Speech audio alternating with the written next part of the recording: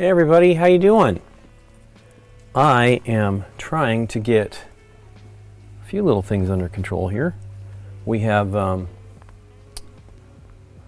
did not stream on Tuesday, which is a bummer.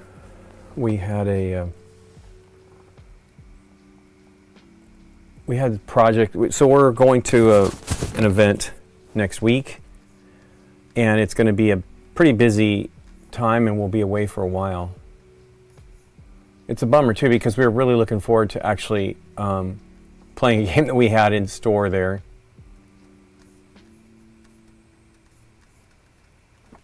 But we'll have fun. It's okay if we run away a little bit every once in a while. Let's get that autofocus. I'm sorry. I like blurry. Anyway, but yeah, we have been very busy, and Candace was supposed to be here today with me, but she is not feeling well. So it's going to be just me, but I am very excited because I started with Immortus last week, and after that, I don't remember if I painted it right away. Let me think about it. We streamed, so it was Tuesday, probably later that day. I worked on his cloak, or cape. So I'll show you that in a moment. I mean, it was on the stream there a little bit ago. But I'm excited about it because I'm applying a different technique that I have ever done before. That's not true. But I haven't really used fluorescence for this. Hey, thanks for the follow. Let me see here if I can see this. Board Gaming Crew, well, thank you so much for the follow. But yeah, I haven't, I've never done this with fluorescent. I watched a video that Vincent Venturella did probably a little while back. I generally, there's some people that I follow and I watch all their videos. I might not watch them immediately, but I get to them as soon as I can. And he did a deal where he painted a red cape and he used a fluorescent color. Now, I'm kind of like going the different direction. He was using it to brighten, to do a highlight that he then subdued with a wash, which I will be doing here. But mine is to pop out what ultimately was not a good, hey, hello to as well, thanks for the chat. So let me cut to that. I don't know why I'm looking at this, because I know what it is. Nope, I'm in the wrong window, that's why. Okay, there you go. So so I'll show you. Here's where I started. This is essentially, I'm doing 3 of these. So this is essentially where I started. And it looks good. It's a little dark. I don't feel that I primed it bright enough, and that's okay. I was contemplating going back and spraying on some more highlight, because the goal is to not do a ton of layering and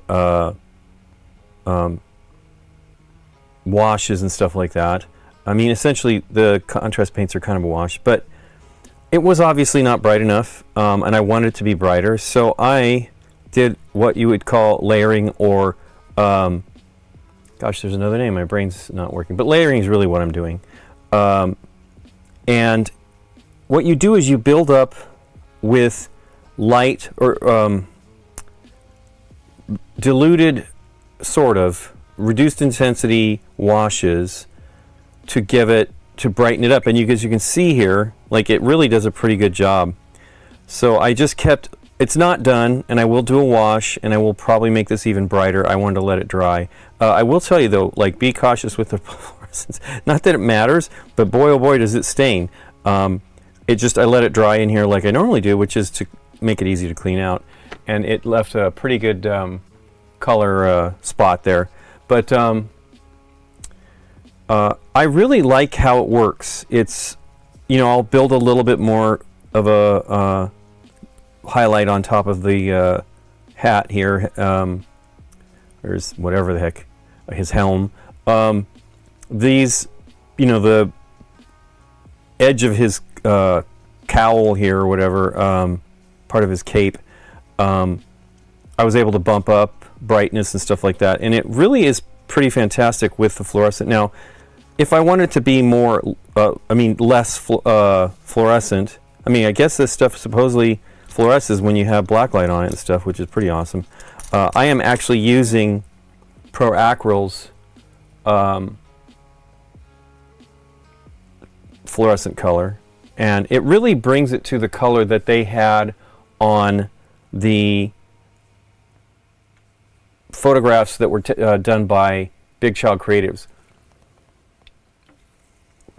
I'm not sure what paints they use. They now have their own brand. They were called Atom, but I think they changed the name. I'm sure they changed the name. I would like to try them out, but I'm in no huge rush. I have tons of paints. But I bought the whole series. Let's look at the acrylics, Pro Acryl Fluorescents. The unfortunate thing is blue is not a... Now, I'm going to use a bright blue, like a turquoise, to do if something if I ever need to do, like a cape. But blues just aren't really good. I wonder if I actually had a blue. I think I had a blue Vallejo back in the Vallejo. I think it is. It's still here. I think. I feel like it was... I don't know what I needed it for at the time. But anyway, these are about the whole fluorescent line that they had in a box. I think they had a box. I did buy... Yeah, I did. I bought this box at Gen Con, I think, maybe last year. And the colors are great. The orange and a yellow. So I'm probably going to use some of the green and the yellow on his his clothing here. I do not know what the heck they're talking about here, but and I have some of their medium, which I probably should be using. A glaze and a wash, I guess what it is. So I'm glazing essentially. Although I see like a little bit of light, like it scraped through to the gray, or I didn't do a good job painting it. And it'll bring it down a little bit. I'm hoping to knock it down a bit, but I really am happy with the way this turned out. Oh, Nemesis miniatures. I don't know if that's necessarily so. We did paint, Candace and I did paint a couple Nemesis minis, goodness gracious, probably about a year and a half ago, and we used, I actually have Nemesis now, and we have, we did it with the contrast, with this, actually contrast paints and speed paints, and we used the Zenithal highlighting like this guy is, right? And it looked amazing. Candace's like Queen or whatever the heck it was amazing, and she did it in one session. Now, there are quite a few minis in there, and that's going to take you some time, but you could maybe do that. Now, you've bought paint, so it's probably not likely that you bought speed paints or contrast paints, but in the sake of making things easier, it might be the way to go. I don't know.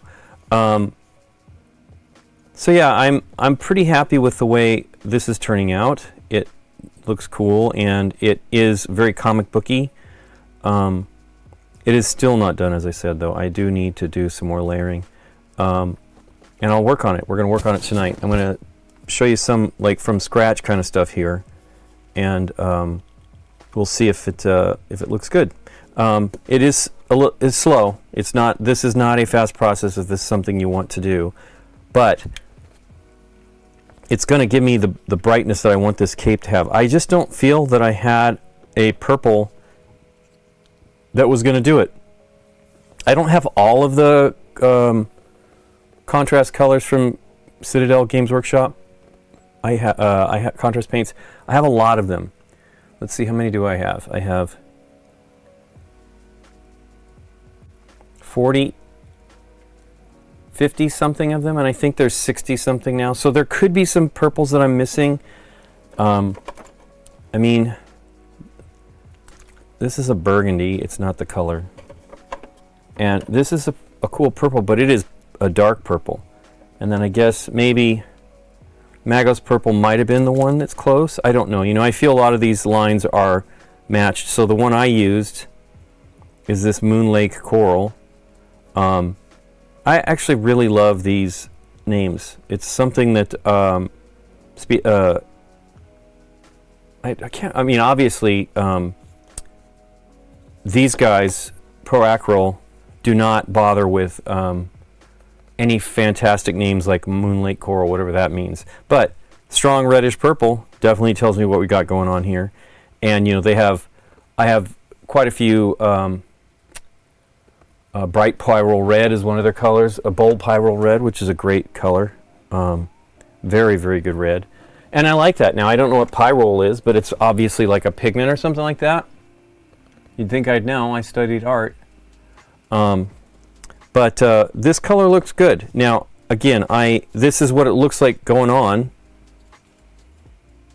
And I don't feel the cloaks were... here, I can show you exactly. This is what it basically looked like. And, you know, this is Squirrel Girl. She's definitely brighter, like the whites were brighter. And in some ways I felt it was like too bright, but now I'm kind of thinking maybe I want to pump these up a little bit more. I do love the dark, you know, from the underside. Now why is, oh, I scraped that. I'm like, why is that like that? But I actually noticed a mold line there after the fact, and I was like, oh, that's kind of visible. So I took it off, and I'll touch it up with some black and gray.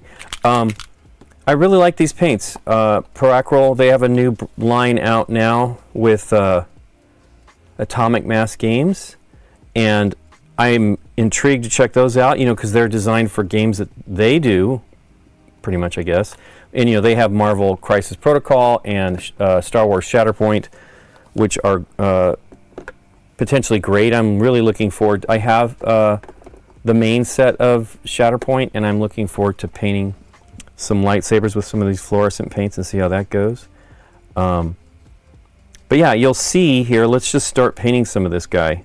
I mean, I really want to paint this, but we'll do it with the same amount, the same paints. I will just build it up a bit. So I was working on it here, and I had to stop.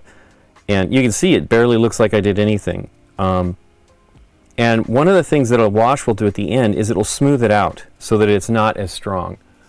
Now I have my palette. I did not use my wet palette the other day. As you can see, I used my fidget popper palette, which, wow, this does not want to close. It's weird. These paints just dry. I love the pots in some ways, and I despise them in others. You know, the Citadel pots. I really like painting out of them when the paint is exactly the way I want it. But more often than not, I'm mixing it with contrast medium, and then that just messes with things. I have to extract it from the pot, not by, you know, and not mix the paints. And it's okay, I suppose. I generally go. I put that in first with. This is like the remainder of my. I need to get some more technical medium, contrast technical medium, and it's basically the what they call the medium of the paint that is. It suspends the pigments, and so this is just that what your paint is made of without any pigments. And I use that all the time to reduce the intensity. I want them to be a little less bold coming out of the pot. Now, I absolutely did that on this one, not with their contrast medium. I used the speed paint medium from Army Painter, and it is still very dark. And, you know, here's the range of colors it's supposed to be. Now, this could be put on white that you're going to get that color, right? So it's the question about all of this stuff, and it is the one good thing about knowing exactly what color kind of range they mean. You know, strong reddish purple gives you an idea, and I love it. It's really helpful. And they have, you know, they have more purples. That's the one thing I will say. Well, I don't own all of the ones from Games Workshop. I need to get the rest of them. I don't really have space for them, but I might figure it out. Because I think, actually, just let me look. I keep talking about this every so often, and I don't know. But I'm glad you bought some paints, Dom. Don't give up, you know, too quickly. It may be some work, but it's probably worth it. I mean, it is worth it. As you get better, you will be very excited when you, even just getting paint on them. It's exciting getting results. Okay, Citadel.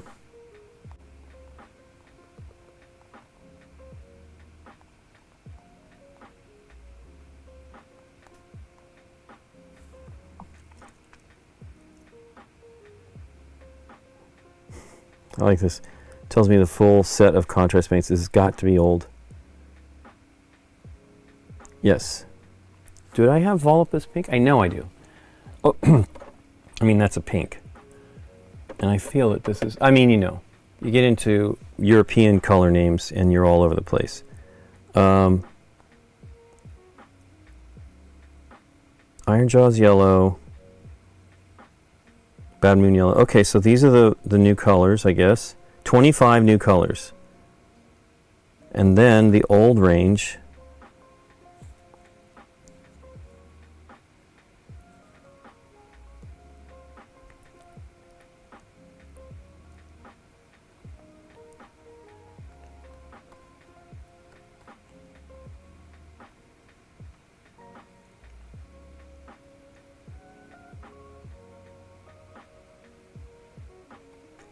So is it 34? If I could count without popping up the thingy.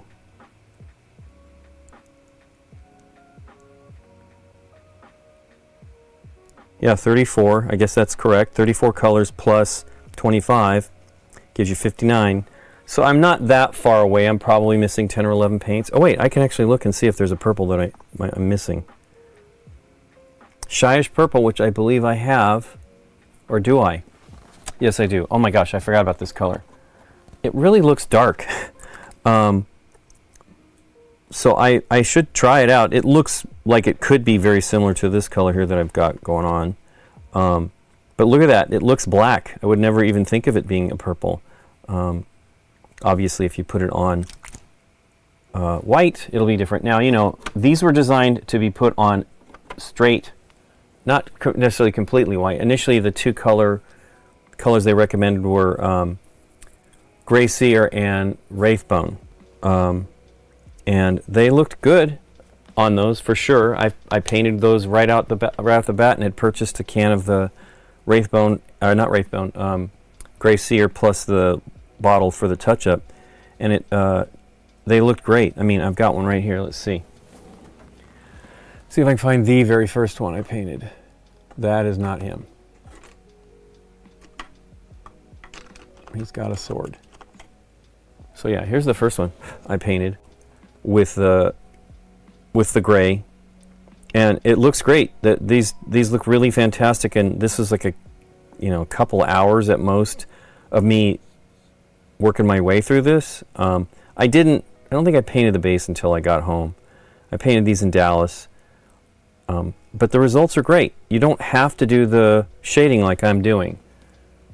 I do this Zenithal, which is funny because I never even thought of doing it until I saw Adam Smasher doing it on a video.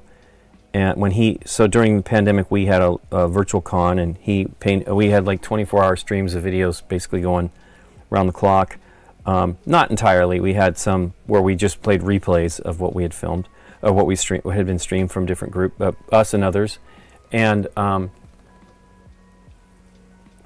he was painting Hulk and something else with Zenithal. I'm like, oh my gosh, that totally makes sense, because I've done Zenithal to inform shading, meaning it gives you an idea of what the volumes, right?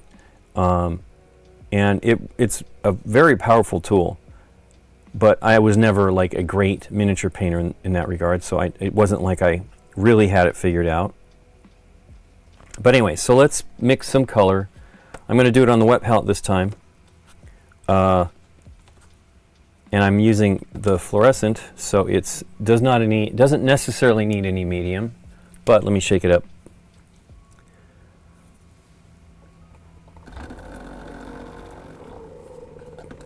Yeah, I think they call magenta, I mean, this is like a magenta color here. But I can't remember the colors, and I was like, magenta. It's in Europe, in Germany or something like that. The color was like, oh, I don't see it that way, but that's, the classification.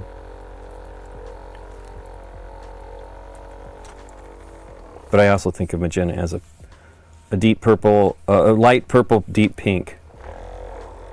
Hey, Circe. I hope there's enough moisture in here. It doesn't seem like it. I do like this wet palette, and I do like, it has not mildewed on me yet. Man, I told myself to put the lid on this thing before I sat down, and I did not. Thankfully, I didn't make a mess.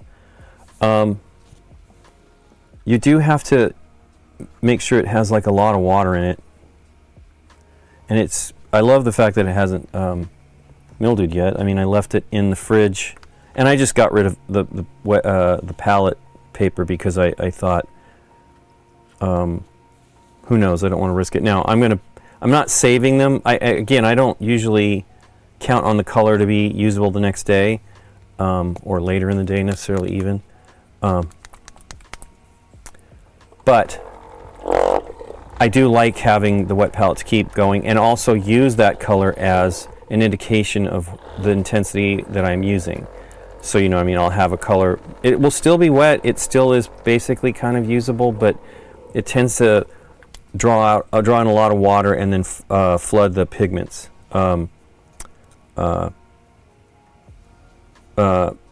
I mean, not flood the pigment, kind of break up the pigment, right? So that you're splitting it from the binder and the medium. So, come on here. There we go. Boy, I got to tell you, using a nice empty bottle, you know, the twist dropper bottle, way better. I'm using old stuff on my black and my yellow, white that I use all the time from Paracryl. Bold titanium white. It's really hard to get paint out of there. I don't know what, I mean, it's drying in there obviously, but it's really kind of annoying. Both of these I kind of have to squeeze a lot. So it's me. It's not anything that they've done wrong. I'm just not doing a good job of keeping it clear to get paint out of it. So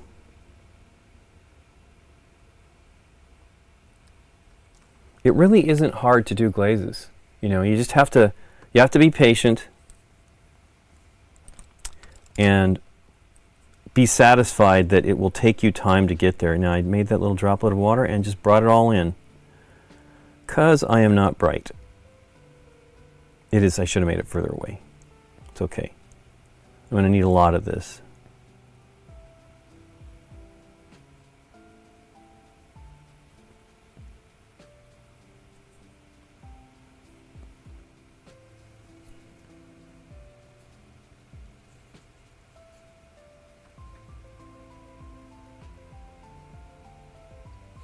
So you can see here, it's not very much.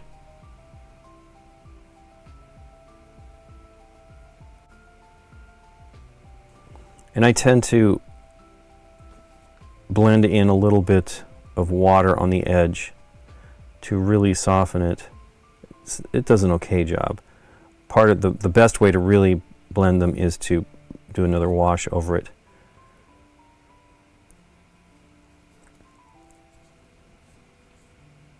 And you don't want it to pool if you can help it.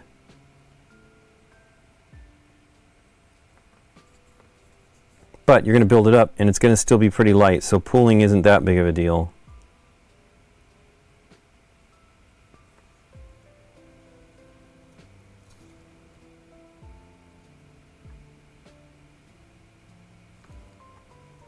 So you kind of you have to start large, right? Bigger than what you're expecting to do. You want your highlight to be. So you then keep layering on top of that, closer to the edge or whatever, closer to the ridge that you're working on. And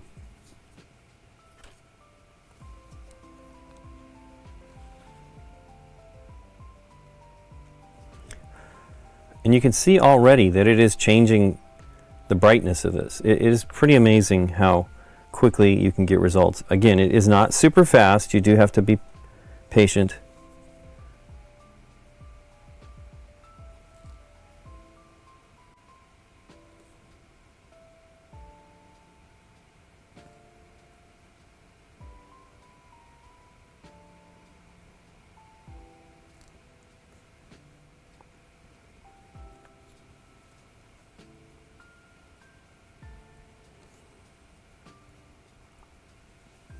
So it's kind of visible. The line is there. You can see the delineation there, and it probably, I actually can build out a little, you know, you can go over it again to bring it further out and not worry about it too much.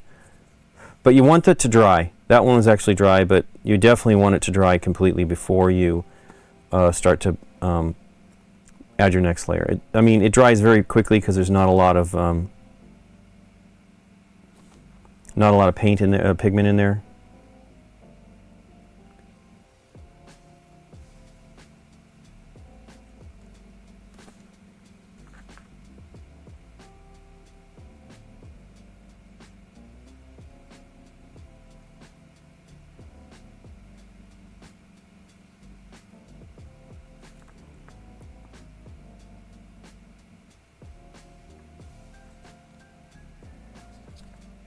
Oops, I just think I wiped the other part off that I was doing. It's really not that big of a deal. As a matter of fact, let me look at that other one that I did. I think I did only one application. I mean, it needs more, and it kind of looks odd on, you can see it more clearly on the video here of like the breaks maybe. It does not look like that as extreme as it does on the, when you look at it in real life. I do have a lot of light in here, so who knows. I mean, it's not excessive. I want to be able to see all that stuff, but I don't want to go crazy.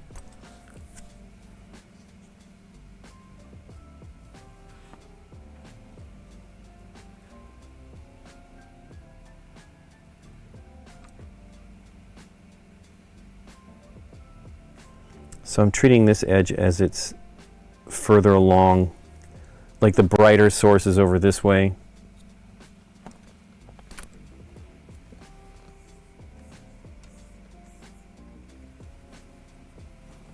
And I'm not doing it as intense as they're doing it. I still want it to be slightly less crazy. I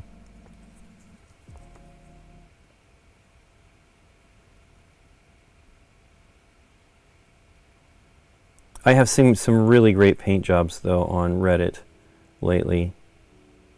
I think there was a pretty good one of this one too, actually, really good one. I did not look back at it though, I should.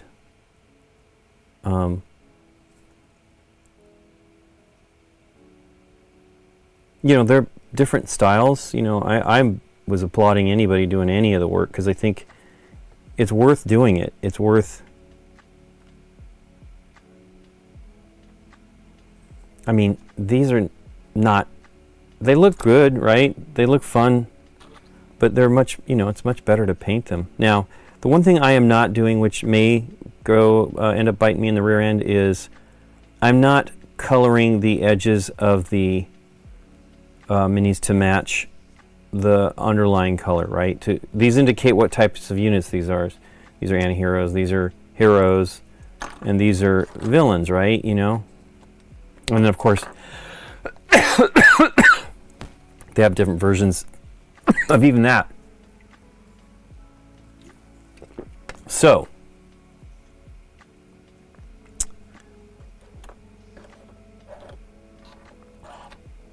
I may end up doing something to do that. I'm not sure. I'm doing it because in my mind, there's basically going to be like 4 minis plus the villain. Sometimes if you're doing the Sinister Six, there's more, and others. So you might want to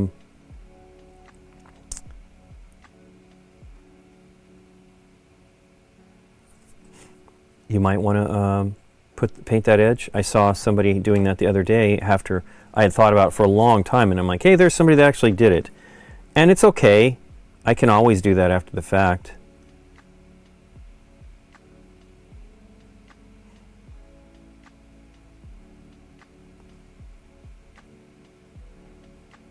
But I like black bases, black edges. I like the grayish bases anyway. I will probably do this one in a bluish color like the Illustrated Mini is. I'm not sure if it's floating over water or I don't know what's going on. I do need to look at the Marvel encyclopedia and see. I know nothing about these characters.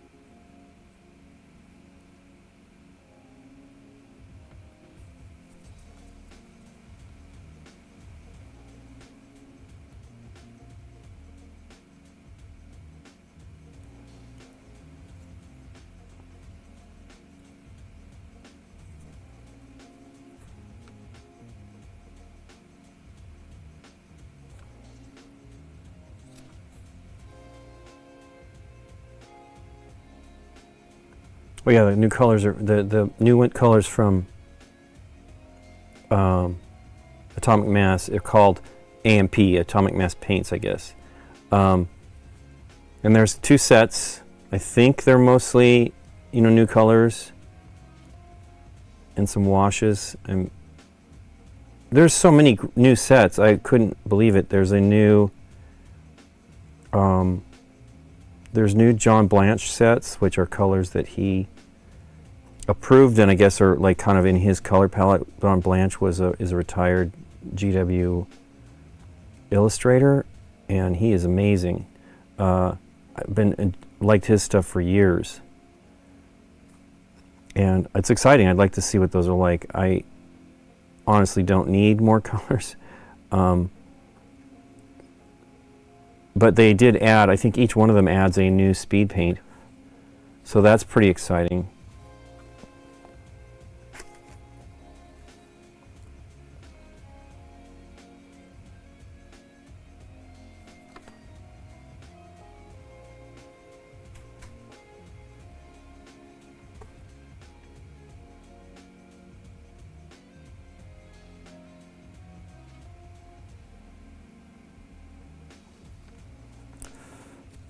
You can blow dry these and speed it up if you want. I find that it moves pretty quickly anyway. It's not like it's that slow to dry. And it's also surprisingly quick, especially if you're working thin, for it to build up.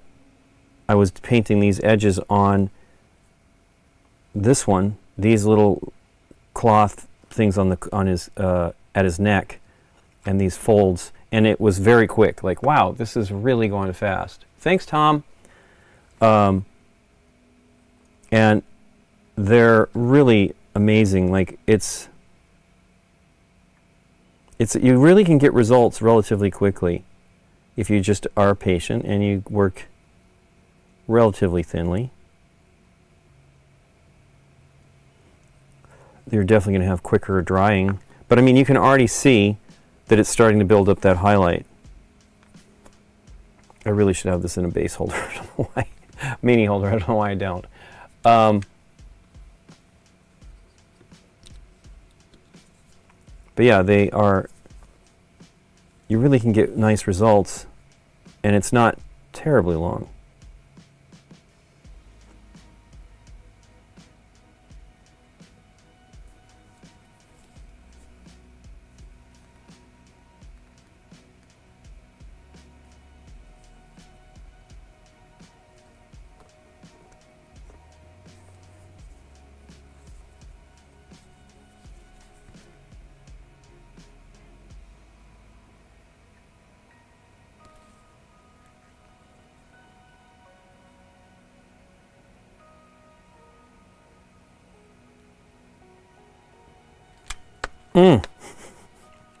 Knock them right off the base.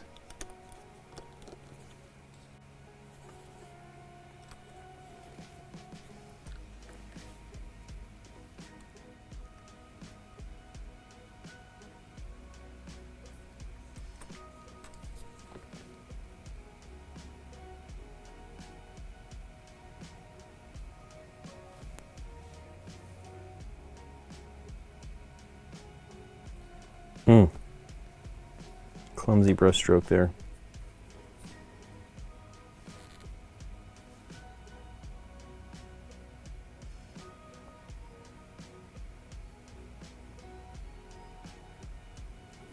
Still clumsy, but I guess it's not that big of a deal. It's a cylinder, and it's a little hard to like trace your brush stroke on that.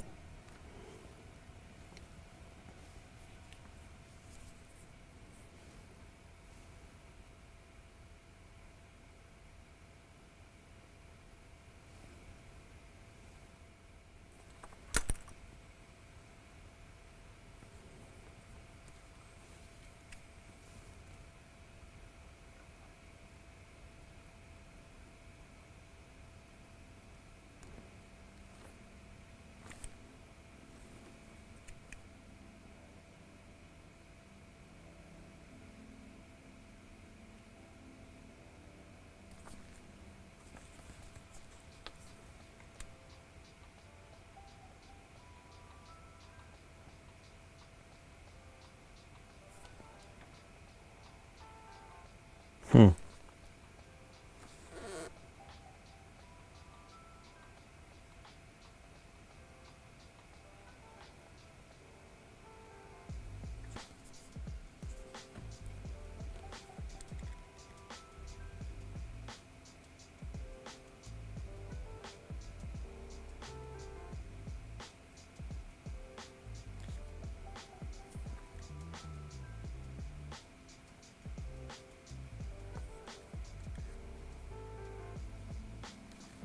I think I need some more water.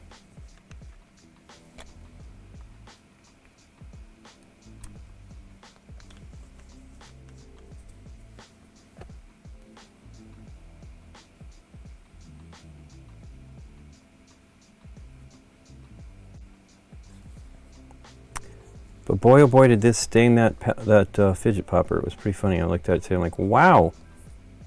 But it's a strong pigment for sure.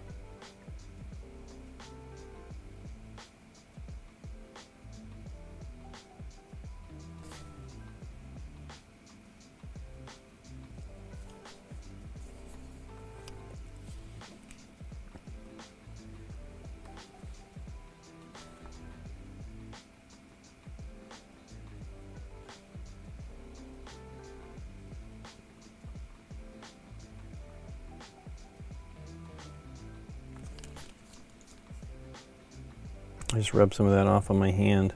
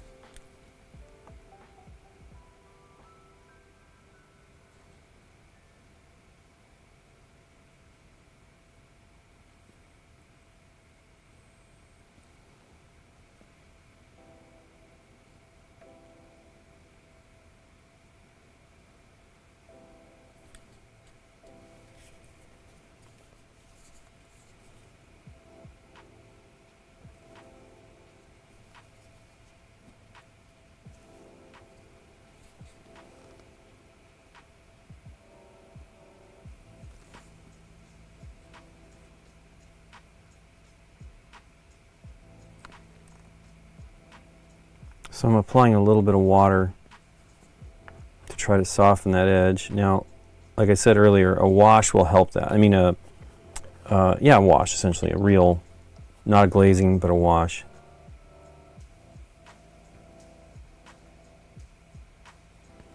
And what it will probably be is I might just use this color with a lot more medium in it and see what we get. And you can always build it back up. Increase its intensity. You probably should.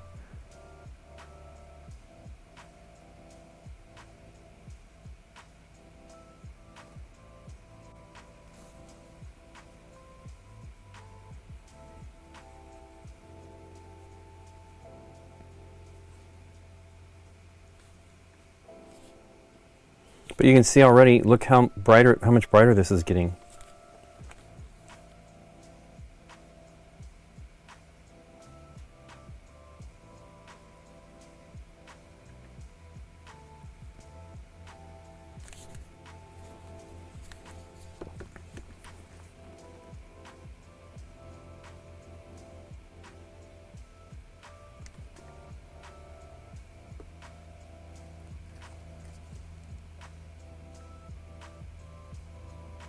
Oh, I mentioned John Blanche. I mentioned the amp colors. There's also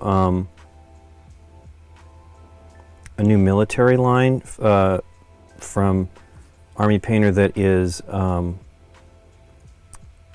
based on historical Army colors, which is very exciting. I don't particularly need that. Sure could have used that when I was a kid.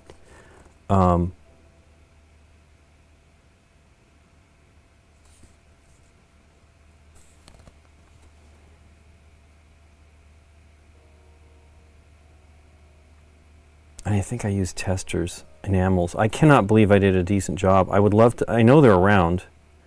I need to find those minis and see what they look like.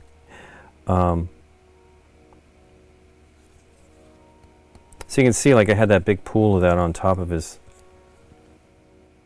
helmet, and it doesn't really, you have to build up.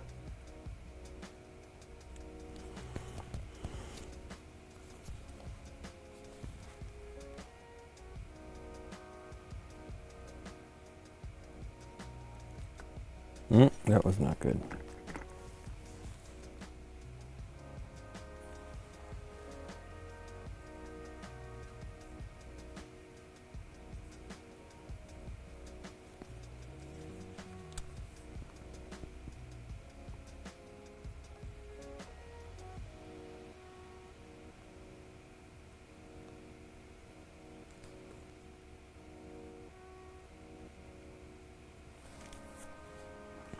But you can see it looks very dark, and then it starts, once it dries, this pigment is...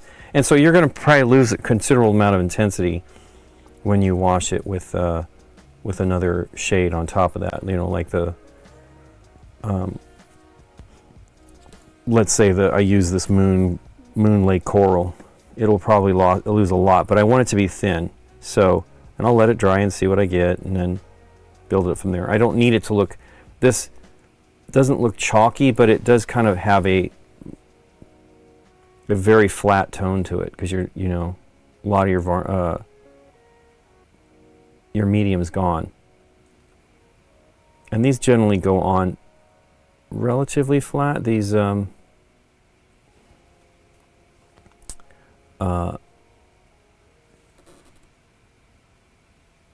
Hobbies Pro Acro ones, they're a relatively flat color, which is what I want most of the time.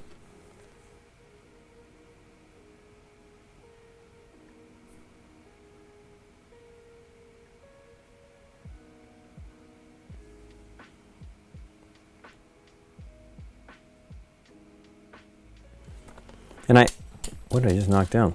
Oh, that darn needle. So this is an airbrush needle that I straightened out. I actually did a lot of work on it just the other day. I was like, oh wow. So it's pretty much ready to use again if I wanted to, but I replaced it long ago. It's funny, they always talk about how exciting it is that they mark the needle to tell you what size it is. Badger's been doing that for years. Because those are old needles.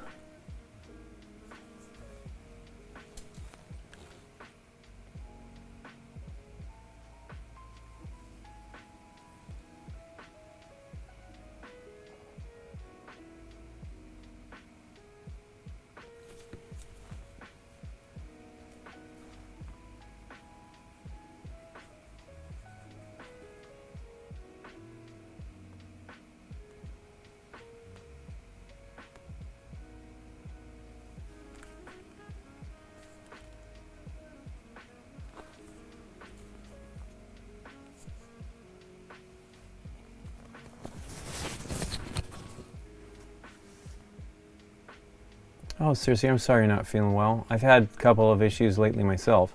Nothing terrifying, but, you know, just dealing with, you know, life.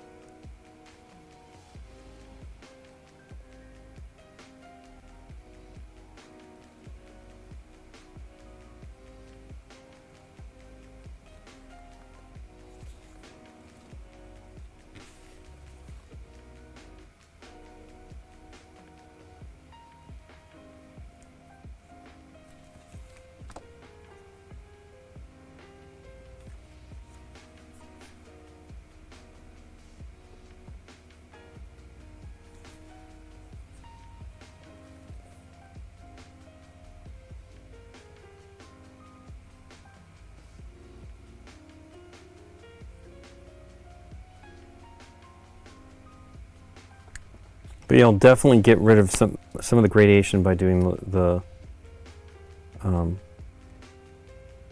wash over it.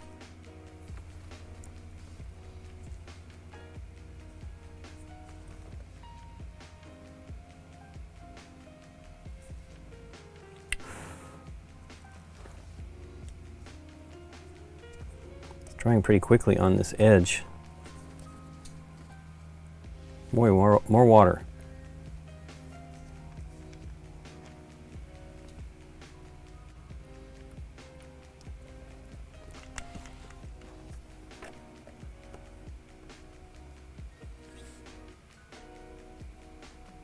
Nikki's helping her parents out a lot lately, and you know, it's kind of scary how quickly things are shifting and changing. It's really not great. And we're going to be away for nearly 2 weeks, so she won't be able to. She goes every Friday to help, and she's more, you know, all kinds of things. They've had meetings with lawyers and, you know, just the stuff you need to deal with. And it's just been kind of hard on her. My mom has been more proactive about dealing with that stuff, but it's still not great. My mom's a little younger than Nikki's parents.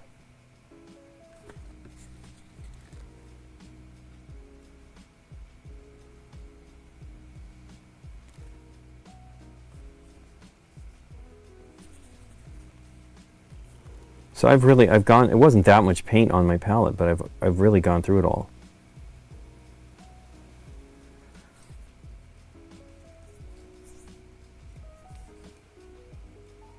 But look how much brighter it already is. I don't have another, I didn't paint the other one. I should have done them all in stages, but you'll see it'll brighten up even more. And it's not far from this already. It's pretty amazing. Oh, it's okay, seriously. It's life. You know, it really is a bummer. Dave's helping his mom out a lot. We don't see him very. We might see him this weekend. He is around on starting today, I think. But his mom lives up north, so he's been up north. He's basically been up north for the last 5 years. We see him, and he'll sometimes come.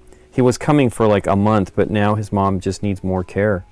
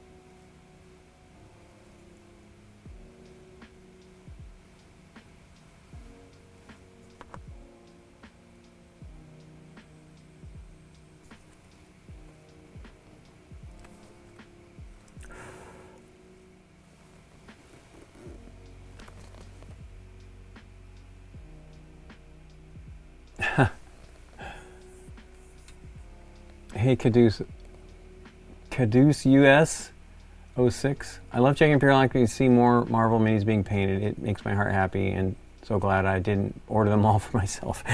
It will never end. I don't know. I mean, you know, Simon's having some troubles right now, and I have invested another $500 or so or more on the most recent DC Heroes United.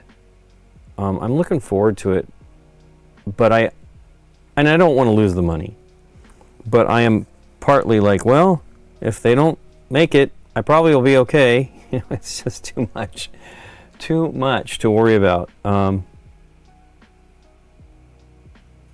but I do like them, and I'd really like to. I would like to do some DC ones. I'm sort of more of a DC person, at least from my youth, but I was never crazy about comic books. I've always been much more of a deep story person, and I felt, when I read, and that's what I do mostly about with comic books is the story. I do appreciate the art and everything, but story was king for me and still is, and I'm just, desperate to get through the story, and it's bad. Like I can really go through a book, and be sad, that I'm like already done with it. But I've always been that way. Like get on a book and then stay up all night and finish it, even when I had to work the next day. It's just stupid. But I am excited to see what they might be.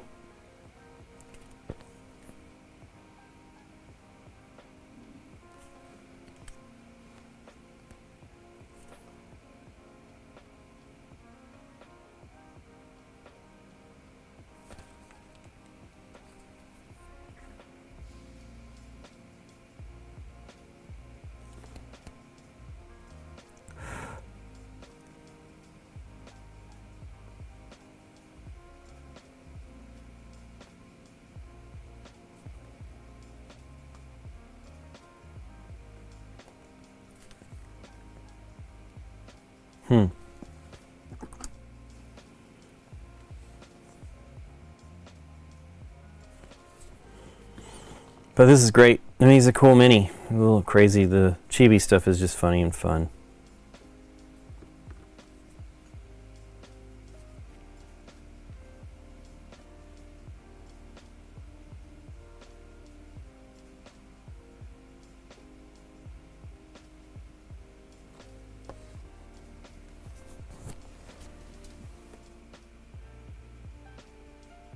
I deserve a medal for not ordering the Marvel minis, for sure.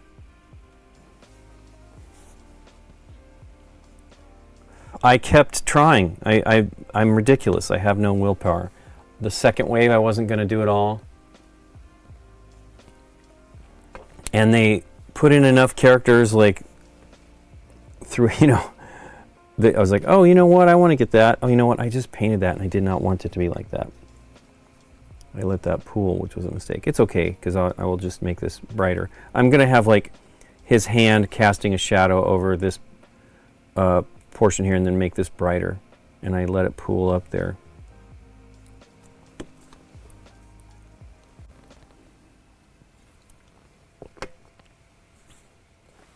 But you can see we're getting pretty far, pretty quickly. It really is best when you can let it not be too thick.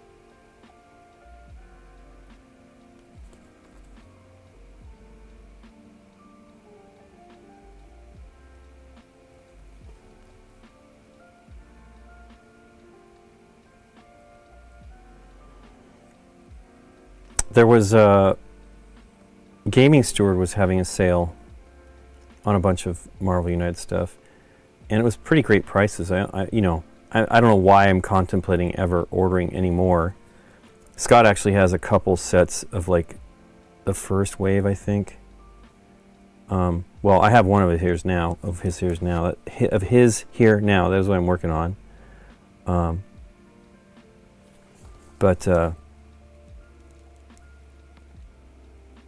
You just don't. It is just the most overly produced quick game not to say that it's not challenging. It is definitely can be a hard game. I don't think we've always won, that's for sure.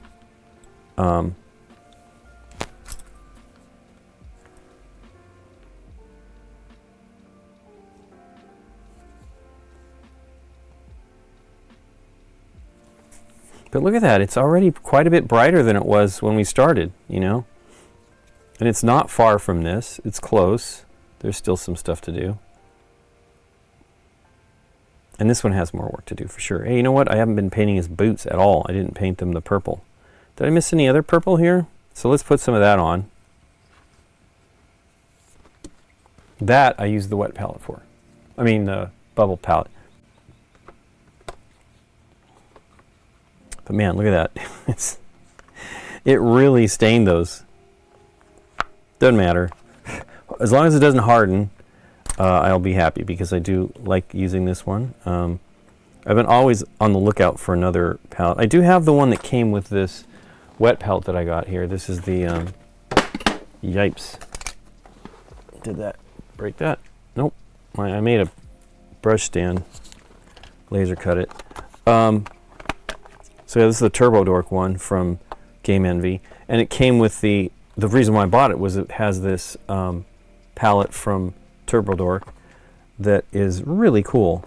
It doesn't hold as much paint as I mean, it seems pretty big. It actually may hold just as much paint, but it is more open. So in my opinion, it might dry a little quicker, but they've got these little mixing areas, brush holders.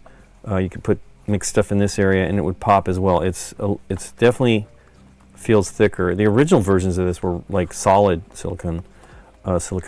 This one is not. It's definitely not as thick, so you can easily get the paint to pop out. And popping out the paint is phenomenal.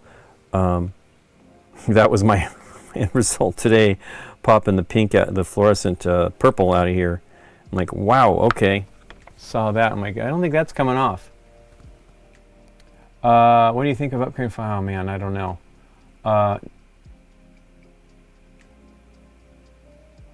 I don't understand what's going on with the tariffs. I mean, obviously China is not really easing off. I mean, I understand what he's trying to do to some degree, is that he's trying to increase the negotiation power, but I don't, does it mean that the tariffs will be, do the people believe that they'll still be there, or is it just going to be constantly back and forth with this stuff? I don't know. And there's definitely some scary stuff with the publishers. I mean, as I said, I'm in $500 on the DC United. How much more? They're going to ask me for more money. There's no doubt. They can't afford to eat it. I don't. And honestly, I don't expect them to. It's too much. But there is no concern about. It's a lot of small businesses. Board games is a lot of small businesses, and you know, we've had a conversation last weekend with a friend of ours that's a publisher, and it is not great. And I guess they haven't eased off the on China, even with all the changes that have back and forth on this. I don't understand how it's good for the market unless it's designed for you to get in and buy low, sell high. I don't really know. And it's a bummer because I definitely don't want to, you know, it's going to affect BGG. We manufacture a lot of our, you know, the Geek Store products in China. What is that going to mean? It's clearly, it won't be as many sales because I already feel people are kind of holding off because they just don't know where things are going. And what do you do? If you get a chance, you should read Eric's articles, Eric Martin's articles on BGG. He's done like 3 now with questions from publishers and the responses he's been getting, and it's scary. You know, I mean, there's been some complete changes of their model where there's a publisher now that's probably going to move away from, at least for now, from actually printing games, you know, and maybe doing books and stuff like that, which is a great idea, but I don't know that it's going to satisfy, you know, a lot of gamers. I don't know.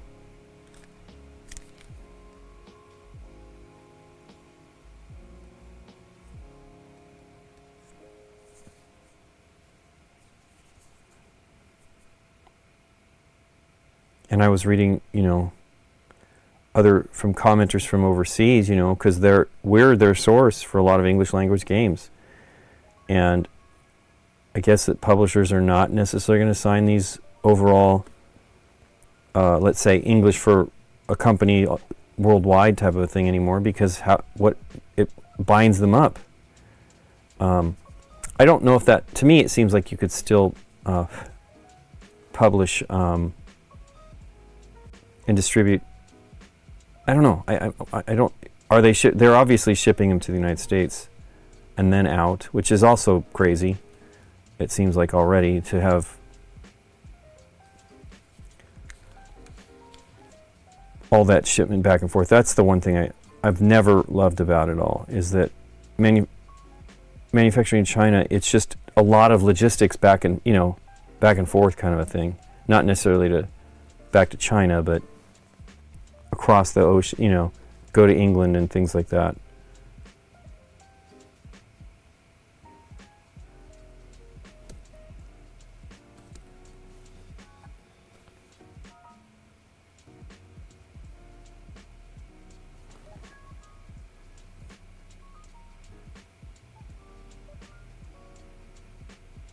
I mean, I bought a Kickstarter, geez, ages ago, that was a dice made by a guy he found a company, you know, like a mom and pop operation, and I believe they were making dice, and he did a Kickstarter for that and had to ask for more money, and everybody just went crazy, and I'm like, things change, you know. As soon as he asked, I'm like, here you go, you know, because I was hoping others would be doing the same. I told Scott, he backed the dice too. They were really neat dice they made. And the poor guy just took a beating, you know. And I'm like, you can't expect him to go into debt to fulfill this. He just can't. I mean, if you're getting in on a Kickstarter, you're kind of betting on the project. And what are you going to do? I mean, I'm impressed that there are publishers that are like, we're going to take it, and I really wish they wouldn't. I mean, because you hear about it all the time with publishers that just didn't really realize. Actually, there was an article today about a publisher, you know, from one of Eric's posts, I believe. It was today, and it was a publisher that took over for another company's game and just didn't understand the scope of what was going on. It's kind of terrible. And I don't know what I was in a hurry. I was trying to do stuff this morning, so I didn't really get to read the whole thing. And I want to go back and look at it, because it's, you know, where are we at on this? You know, where are we going to be?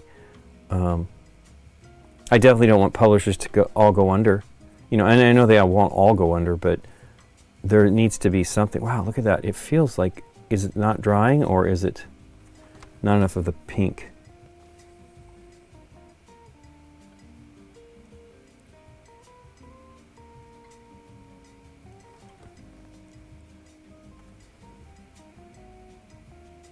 It does take a while, and I keep adding more layers, so it could feasibly get longer to dry.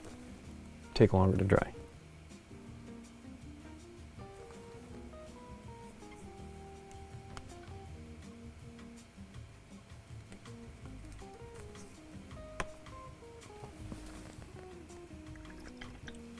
Okay, need to mix more paint.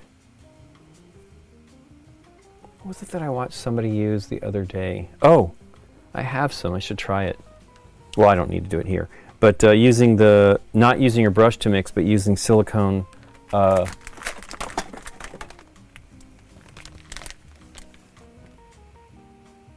the Nintendo one, I don't know. They seem very expensive. I was shocked by the amount that they're asking for games. Now, they are probably being realistic about some of that stuff, and it just maybe the market isn't correctly showing what cost needs to be to support these games, especially maybe as games kind of reduce in the amount of sales they get, right? The expectation, you know, because I saw something where there was, you know, it was like a meme or something that was saying about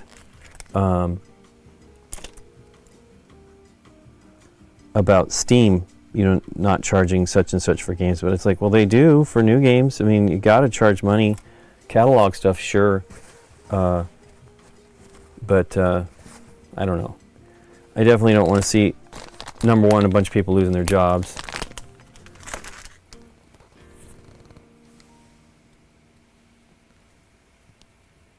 Hey, Rolling Reggie. Boots, boots, boots. Yeah, I haven't painted them yet. I still need to. So let's get some of that color here. Let's mix it up.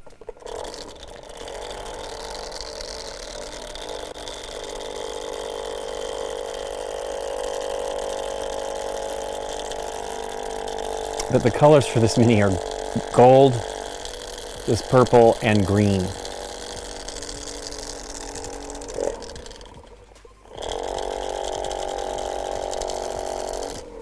But yeah, I'm nervous. I'm nervous about a lot of companies. I don't, you know. Actually, Stephen Bonacore, I just dropped something else here. I don't know what it was. It's the darn needle again. Man, I moved it to another spot. Wasn't good enough. Let me see if I can find it so I don't step on it. Stephen Bonacore posted something about it, just like these tariffs don't make sense. And I honestly don't know. I mean, I'm not an economist. I'm not. There it is. Let me move it someplace else. At my hand, it's clearly, I'm like sticky today. The downer is that spot where I've been, oh, I'll just put it up here. What a fool.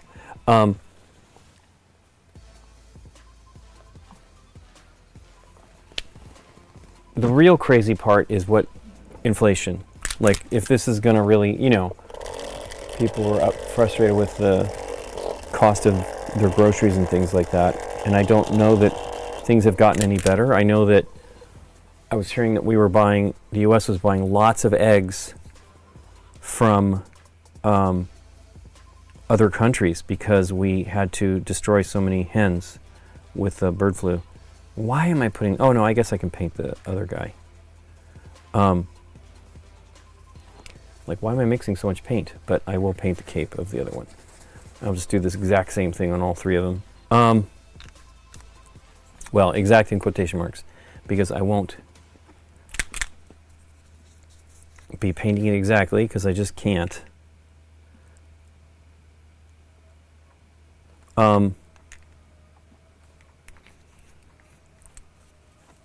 Yeah, I don't know. I'm stressing out a bit about it. We can't afford to take on too much more kind of over, you know, as a consumer. I'm not really crazy. I mean, I say I'm not crazy, but, you know, what did I buy recently? Oh, it's really awesome. It's $200 from Goobertown Hobbies and eBay Miniature Rescue, I think is what the channel. They designed this system that is based on some nail. I mean, as soon as I saw what they were doing, I'm like, oh, I bet this is for nails. And sure enough, they said, you know, they saw like their wife or something was getting getting their nails done with this, and thought it was a great idea. And they've worked on it for a year and a half or something like that, and it's pretty neato. So I ordered it. Of course, it's delayed, and I won't be in town when it shows up, which is a bummer. But very cool, like, stamping thing that you can use to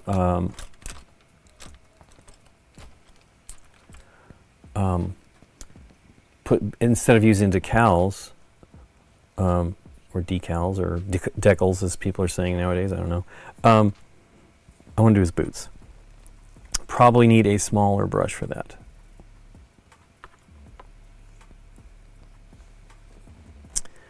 And man, it's really cool. But, you know, I spent $200. I don't know. What am I thinking, you know? I'm excited about it and would love to see it before I leave. I won't get to touch it for 2 weeks.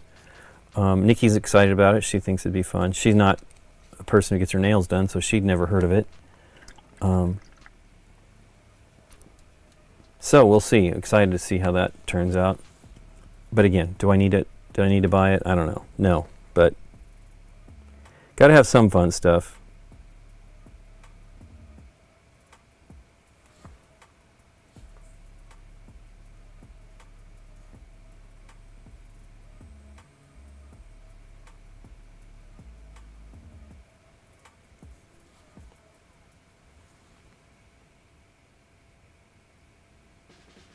It's called Goblin Hobby is the name of the company. You should check out the stuff. It's pretty neat.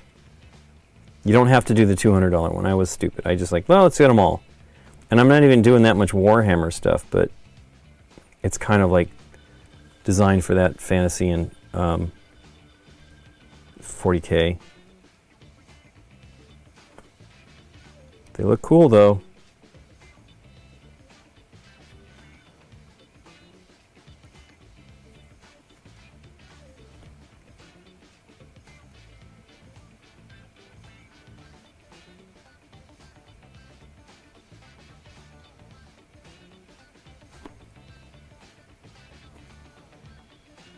The cool thing, I guess, is it is they're using actual nail polish, but that's designed for stamping. And they were saying, you know, they've got 4 or 5 colors I think they're starting with, but you know, basically black and white and gray and red or something. I think it's 4. But you can, the video that eBay Miniature Rescue did where he was stamped it in white and then almost immediately we was coloring it with contrast and speed paints. And it looked great, really looked cool.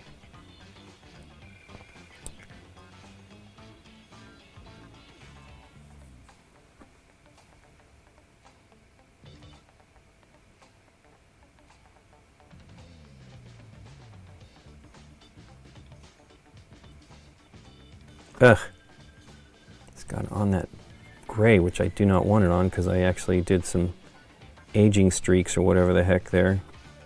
Weathering. And I've already got some purple on it. My hair is getting in the way here.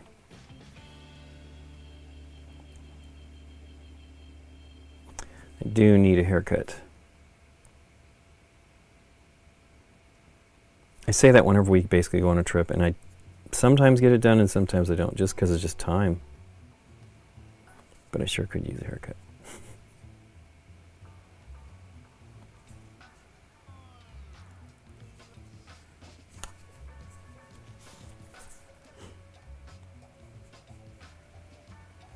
Man, that looks pretty good already.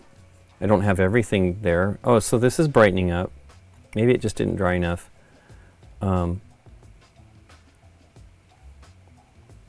Let me try just a tiny bit. Get the medium here. It's right here. I don't know that I shook that enough, by the way. Crazy how much you have to shake the medium.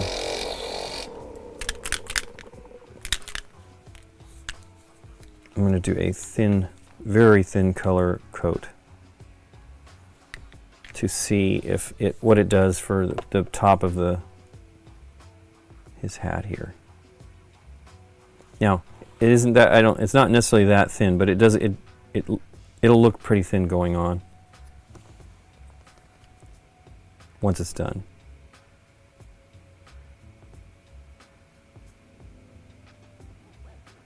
It may just make it all too strong, you know, I don't know. We'll see. I really don't have a lot of experience painting the fluorescent paints.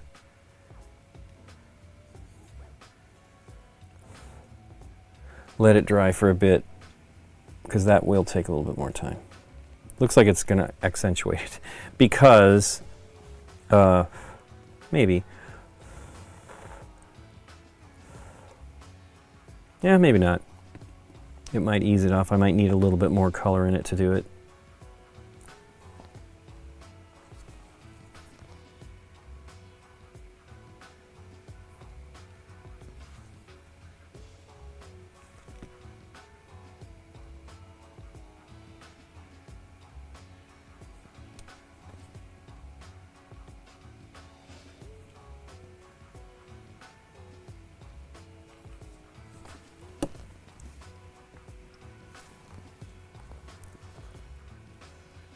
almost took it. I need more of this paint too. I don't have any of the, at the last bit of my fluorescent paint there.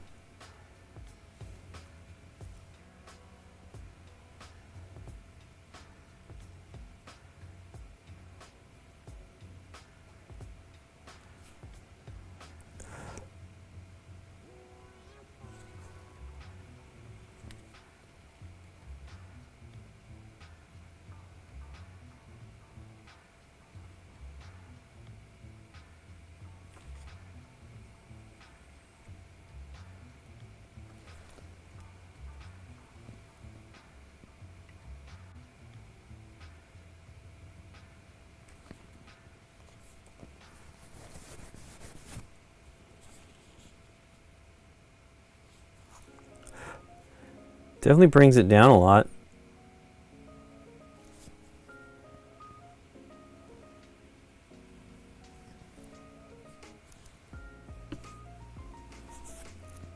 Water. Hey, Cheryl Duvall. The figure holder is great. This one is a Games Workshop. It's the new design they have. I have many of the older, well, not many, but 6 or so, I think, of these. And when I'm doing a bunch of stuff, they're cool. But I really like this small one. It is actually, my hand isn't so big that it's a problem, but it does a really good job of letting me change the angle and stuff like that, where I can't easily do that with a bigger grip on the neck of it here. Pretty cool. They're only like $12. They're not too terrible. Well, they were. I don't know if they still are with all the price changes and stuff. I know I saw somebody's banner that said, a poster that said, when there was the protesting in cities across the U.S. this last week, the poster said, Warhammer's already expensive enough. And that is very true.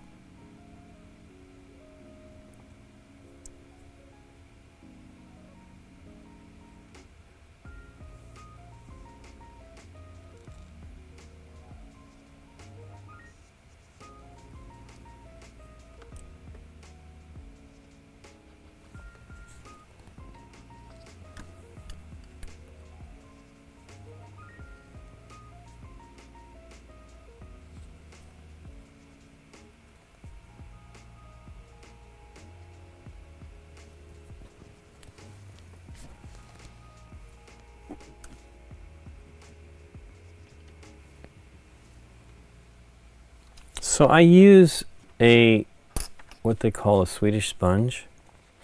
So this is damp, and I use it, I'm not great about it. You've seen me pull out a paper towel here, but I try to use this more because it does a pretty great job of cleaning the brush, and you're not wasting as much paper. It does have cellulose in it, so it isn't really necessarily strictly a sponge, but it does a great job.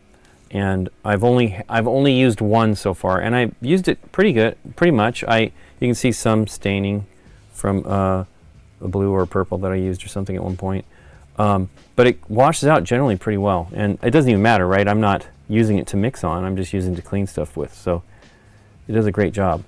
I don't love the pink, the yellow, and the blue that they sell it in, but whatever.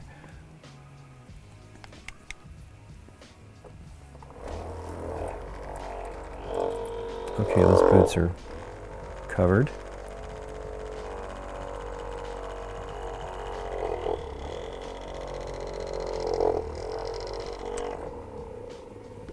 Wow, they really are getting close. I didn't do quite the same shading on the side of the helmet, but it's okay. It doesn't need to be exactly the same. These minis will no longer exist in the same space once I send them away, and you'll never notice. It is hard to get I can actually fix it a little bit, but I like the maybe narrower cylindrical highlights. Although, I don't know, this one may actually be better. They are actually, no, it is closer in the mini that they have painted on from the campaign. I still haven't seen anything for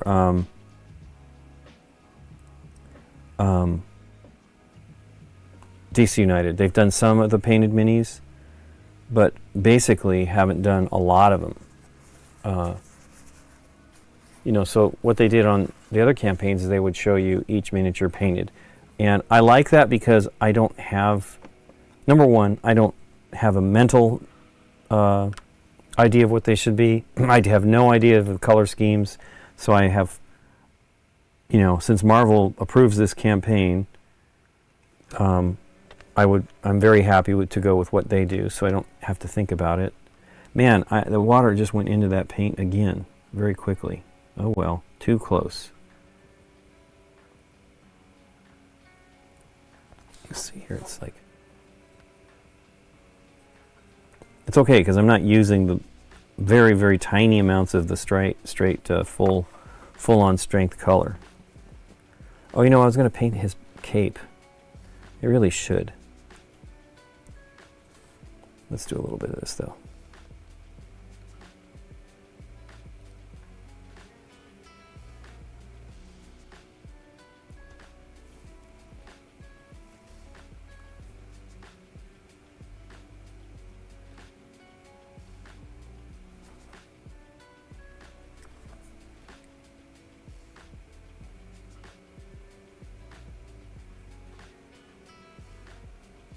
So I got a little bit of the fluorescent in this channel on his right here, and I put a bit of the contrast paint back on it to darken it up, and now I'm building it up again so it's not... I just put it in there. Confidently not going to get it in there, and I just did.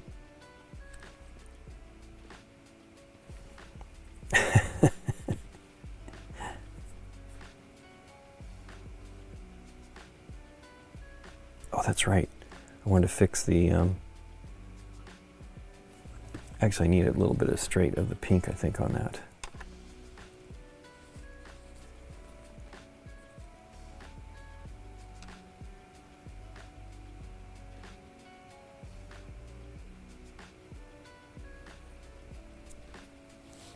Cool.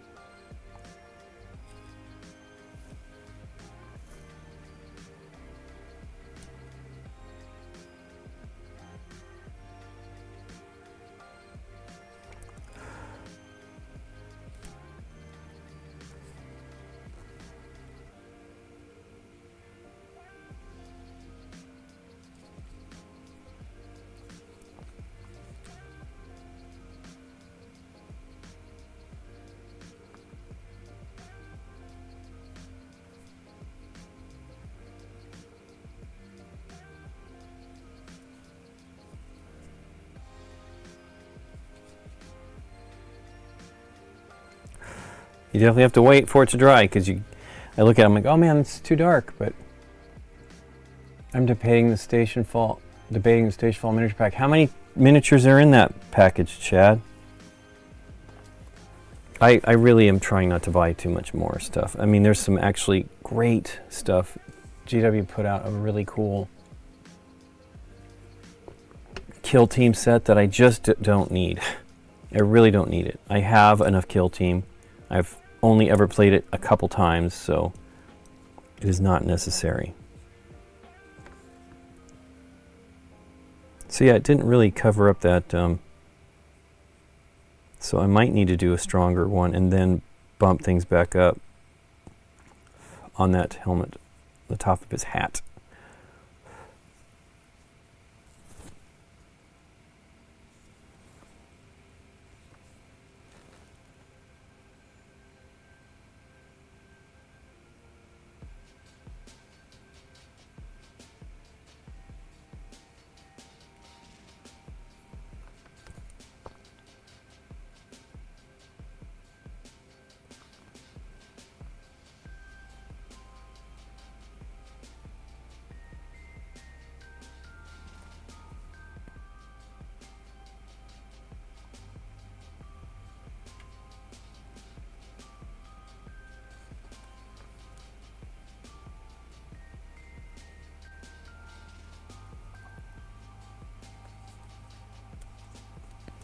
Keep getting it on the front edge here, and I don't really want it so strong.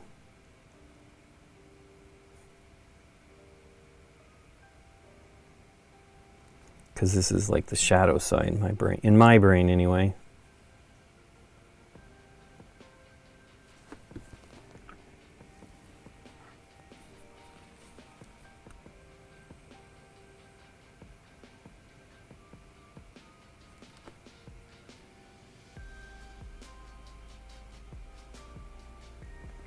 Just touch that and it is not dry.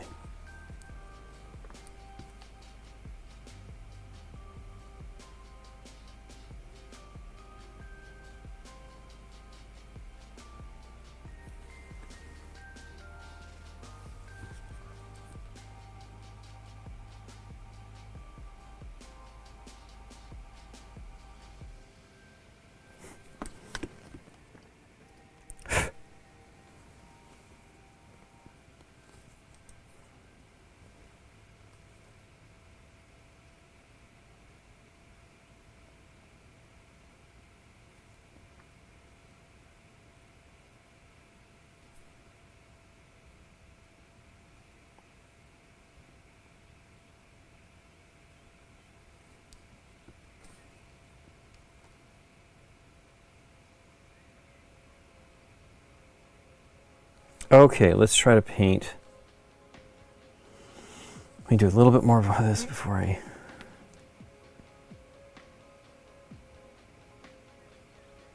shift gears for a bit.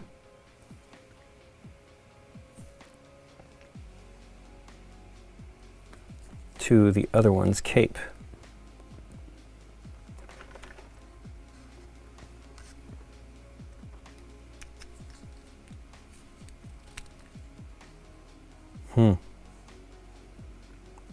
Like I think a little blob of paint here. I don't know. Challenging. Challenging.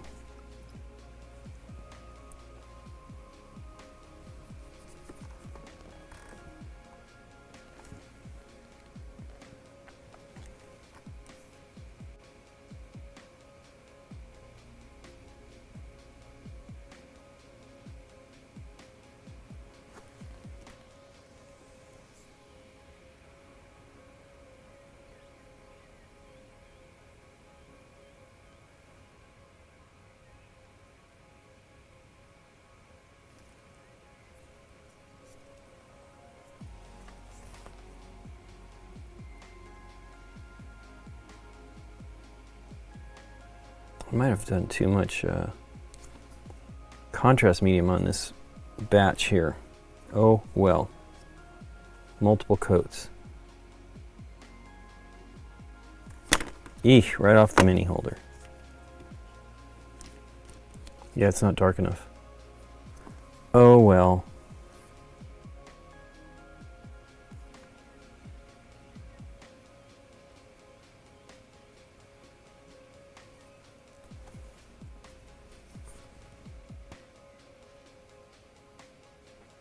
Gotta be cautious. I'm already applying this. Now this is a different brand, but it has the same kind of qualities, you know, different brand from the contrast medium.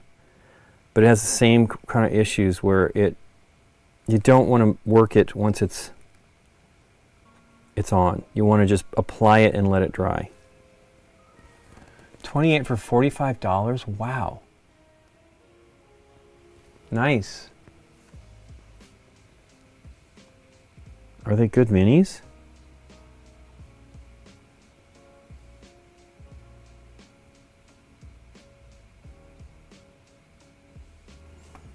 We have not played Station Fall. Scott always wants to play it so late, and we're just not. Nikki and I are not the night owls we used to be. We still will be up till like 11 or 12 or 1 maybe or something, but any longer than that, and it's brutal for us, because then the next day I'm not going as quickly, and yeah, this is not good.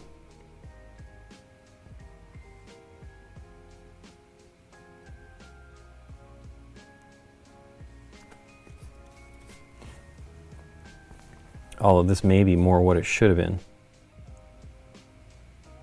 Ugh, do not touch it once it's going. Just don't.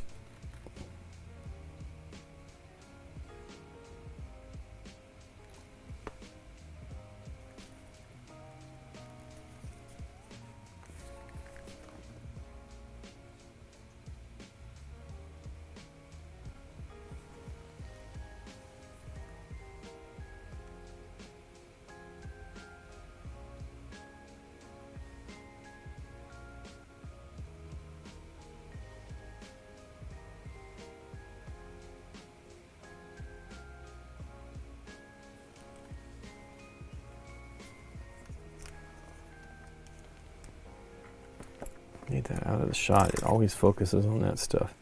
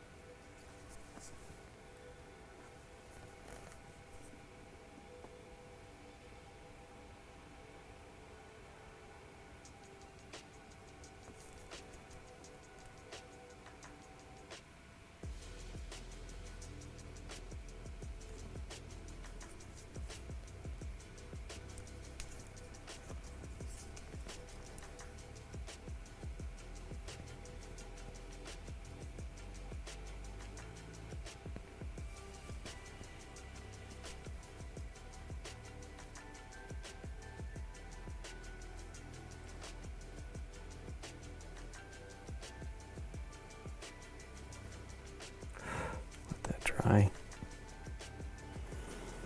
Before I put another coat on.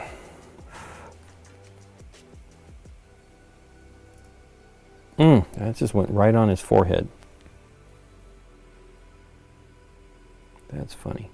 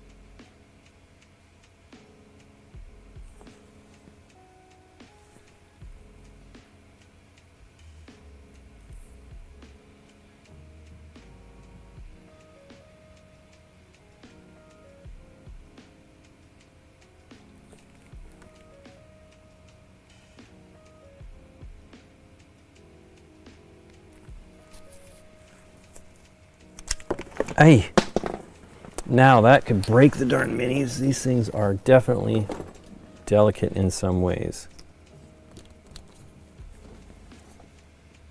A little frustrating. Although I don't know about this. No, that's not true. One of the minis broke. Now it was a very skinny connection, but in shipping it got broken when we shipped it here from Dallas, and that was a bummer. And mine, well, the Squirrel Girl's ear broke on both mine and my friend's, but Scott's is okay. I don't quite understand what happened there. Scott's was out of the tray though when it got moved. I think both of the ones we had, the other ones were broken in shipment from. I actually should look and see if anybody's mentioning that on like Reddit. I mean, you know, it's the first wave. It's 4 years ago now. But I'd like to see if others had an issue with it as well. And I think that the modern ones are a little better. The plastic's a little better. It's still not like GW hard plastics, but it seems pretty good. Ooh, that's very much paint. Too much.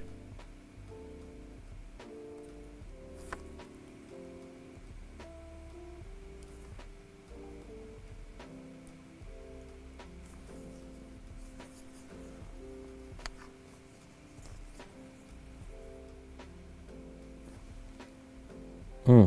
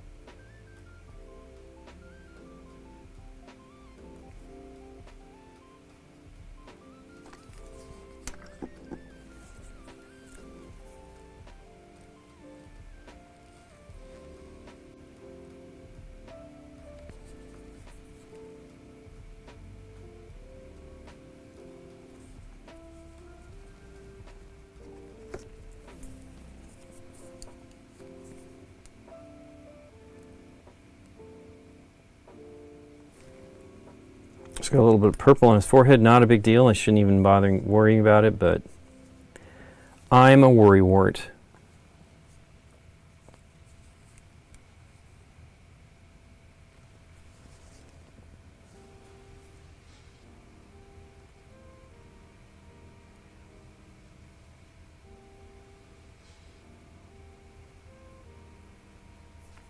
Did the exact same thing on the other one.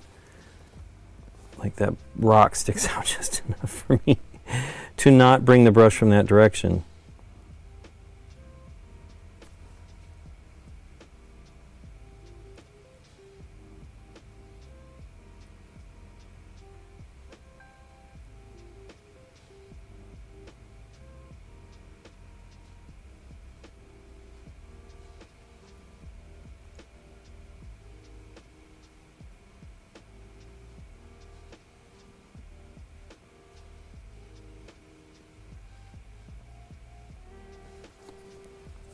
It's already kind of pooling and staining. Or maybe, I don't know. Yeah, it is. Now the pooling, that is going to happen, but I just put it on. It was already like a stain from the quick drying that happens here. Now I'm going to end up doing more than one coat of this, which is fine. I don't think you should over apply it.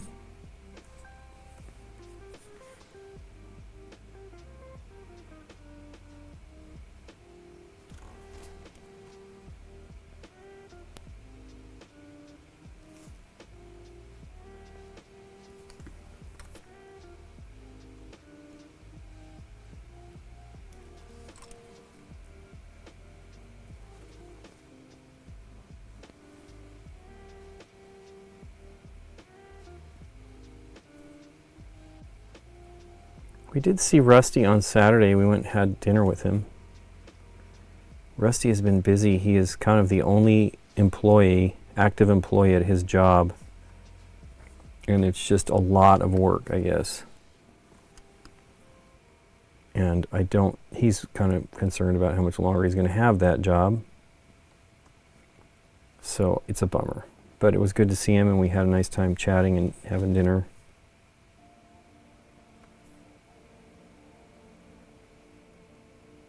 We had filmed with him, I think, at the end of January.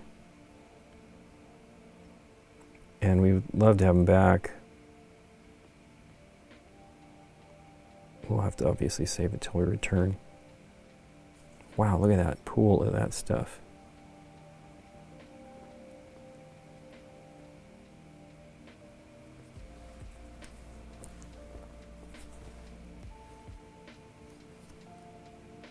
A second coat will be perfectly fine on this, I think.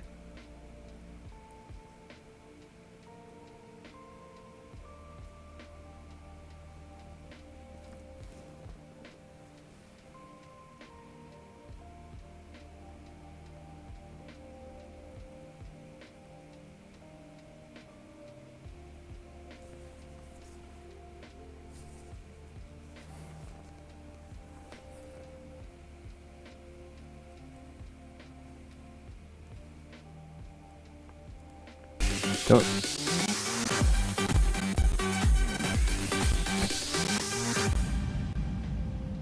Hey Cardboard Conjurer, thanks so much for the support.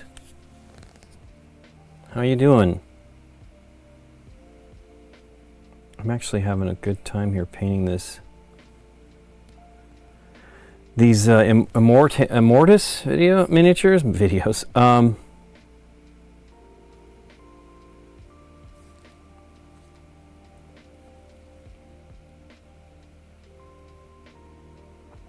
Did I show it in his fingers on this side? Not on that one. Not on that one either, okay. I kind of remember painting that. I'm doing well. I'm actually been busy. We are getting ready to go to the Gathering of Friends, which is in New York. So we're kind of swamped with trying to get things done so that we can actually sort of take 2 weeks off. It really is. We are really taking 2 weeks off. I just have to pay attention to the projects we are working on, because we do stuff for publishers and I need to be responsive on that stuff, which is challenging on a way, but that's the thing. I can't. It's funny. I'm not really bothered by it on the trips. It's okay. I'm not constantly looking at the phone for emails, but I do want to take care of stuff in a timely manner, and it's tough sometimes when we're busy. You know, we're like, maybe in the end of the day I'll get to it. Wow, this is not going on very smoothly here.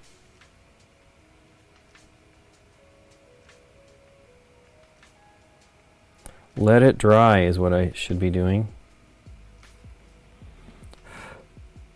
Okay. Get back to the underside here.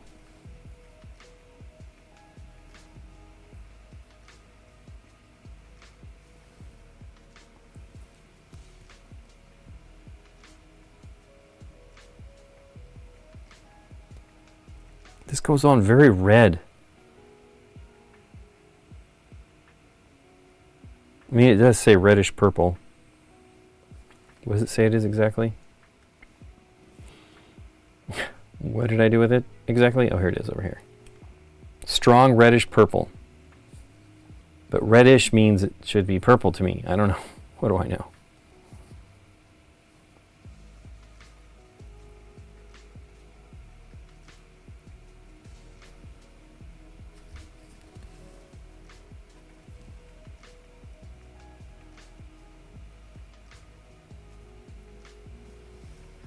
There's a YouTuber named Stolly, Tale of Painters, I think is what it's called, the channel. And he does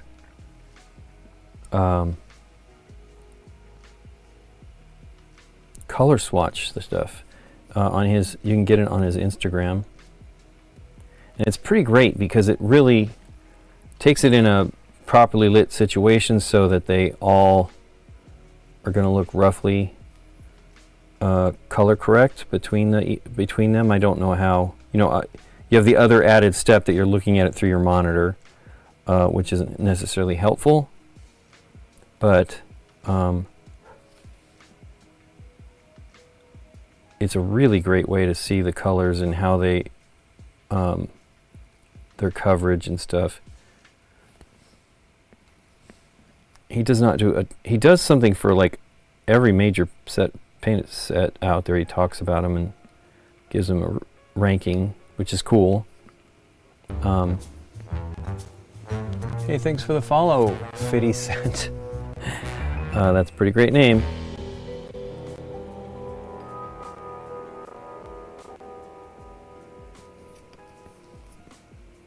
How you doing? Thanks for following. We are, I'm here painting the Marvel United. This is the first ones I've painted of the Marvel United Multiverse, which this is a pretty cool guy. He looked intriguing to me, so I was like, let's do it now. Struggling a little bit with it because it is a lot of cape, but he looks cool. So here's the one I've been working on today. Is this right? No, I don't think so. This is the one I've been working on today. So I've got a couple in different stages. These are very close to each other here now. This one's, the cape is mostly done. I need to do the wash though. I am actually disappointed by the wash on top of his. I actually feel this one is a better end result than this one. So who knows? I need to maybe go another go at it. I don't know. Let me see here. Just put a little bit of.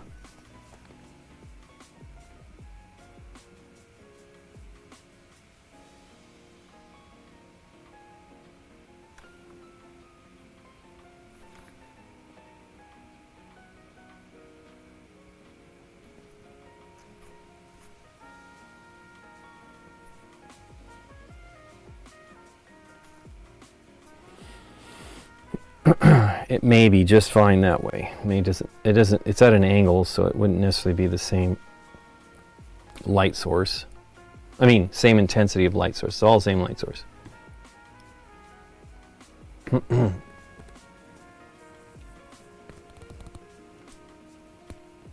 needs gold. It's gonna have gold. His, I don't know what he's wearing. His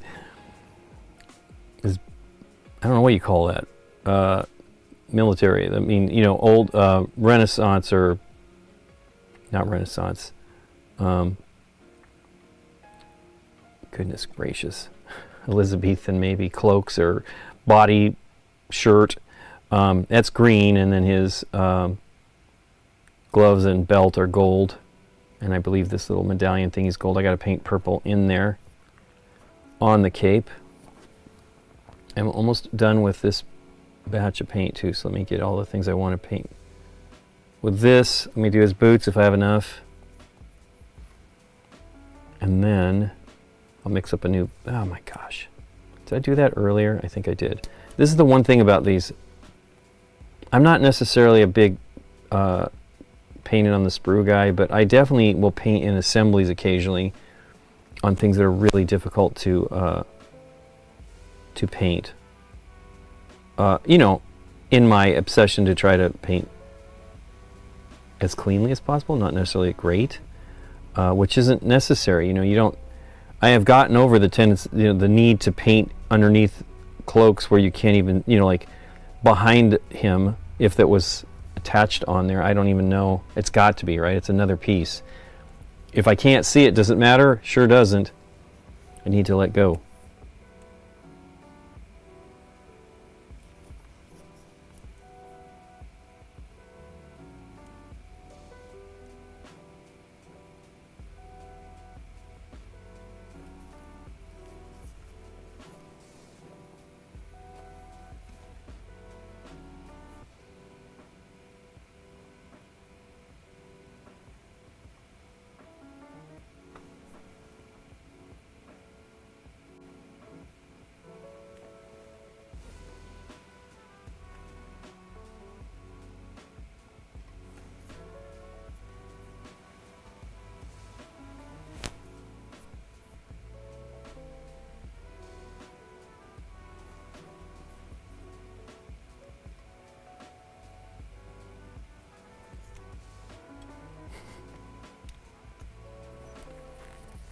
Getting paint on these stones.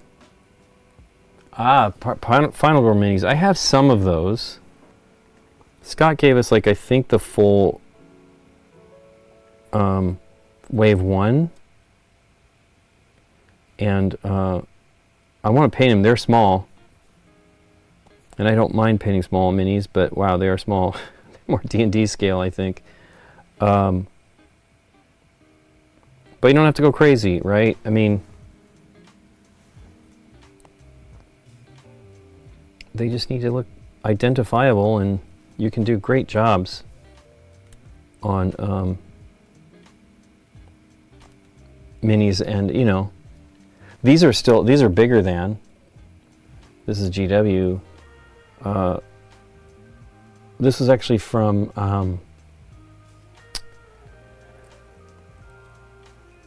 Warhammer Underworlds, but it is part of the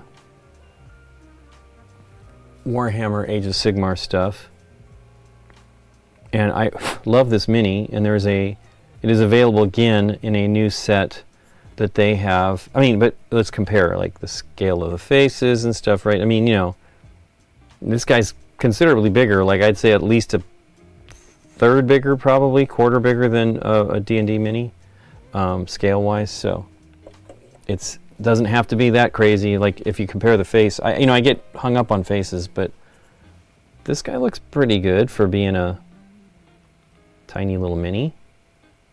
I'm an okay face painter, particularly at that scale. Doesn't get too much better for me.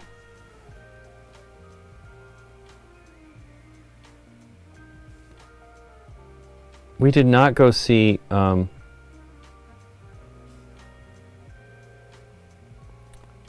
Captain America Brave New World, and I want to see it. I really like Anthony Mackie, and I would love to see what they were doing with it, but we just didn't go. I think it came out at the wrong time while we were away. It tends to be that the releases of those things, like, we'll be in town for Thunderbolts, which we'll probably try to see as well if we can.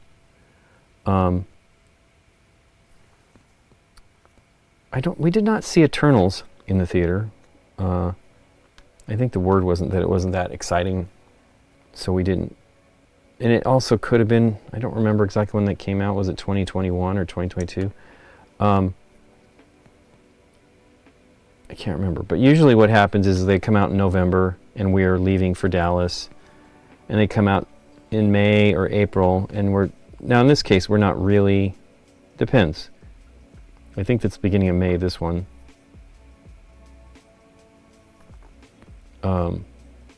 Still want to see it. I mean, I like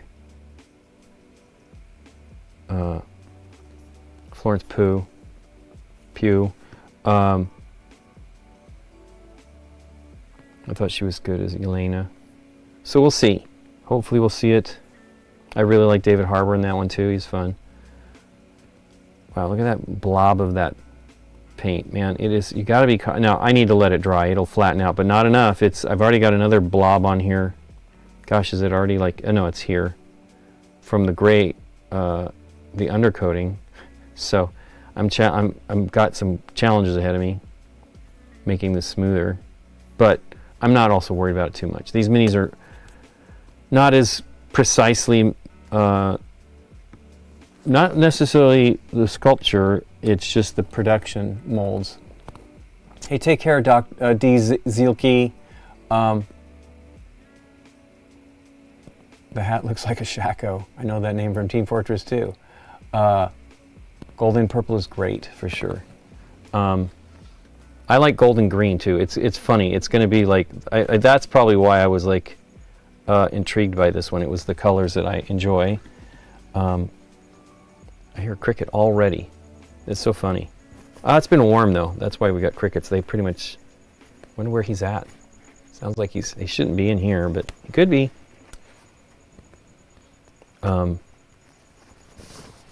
They really get to hatching quickly. Well, let's let that dry.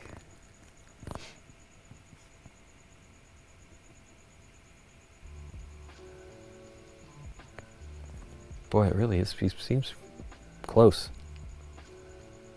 So I did not repaint that where I had scratched that. It's the red paint. It's the red plastic with the purple paint over it. So it's not real critical. I'll probably be fine where I will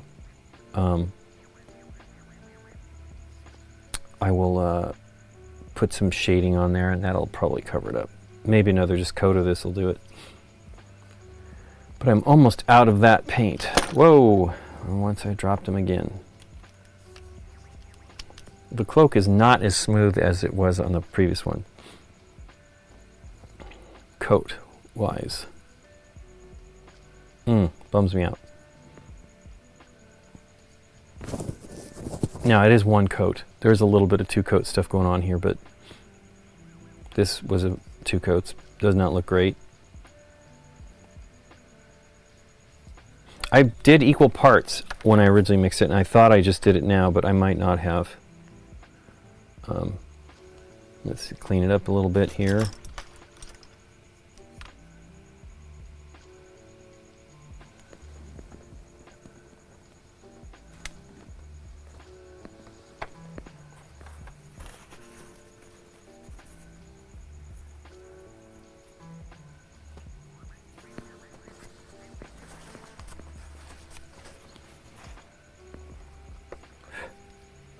Like an eyeball.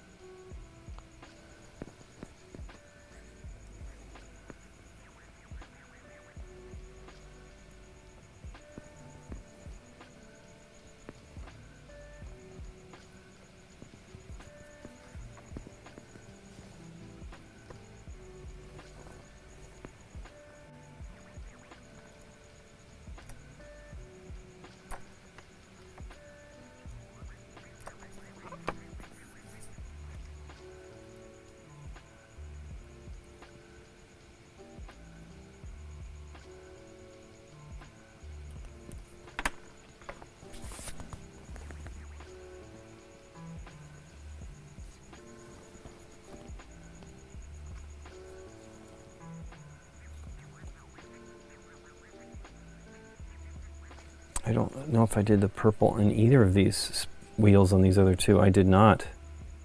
And look, he's got the purple on his face. Not good.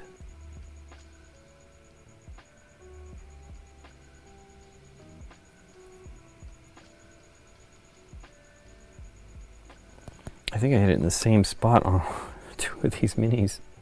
This one cleaned up okay though. These are fine. Okay. I do want to paint some green and gold though, I'll tell you that. Man, this cricket is right here.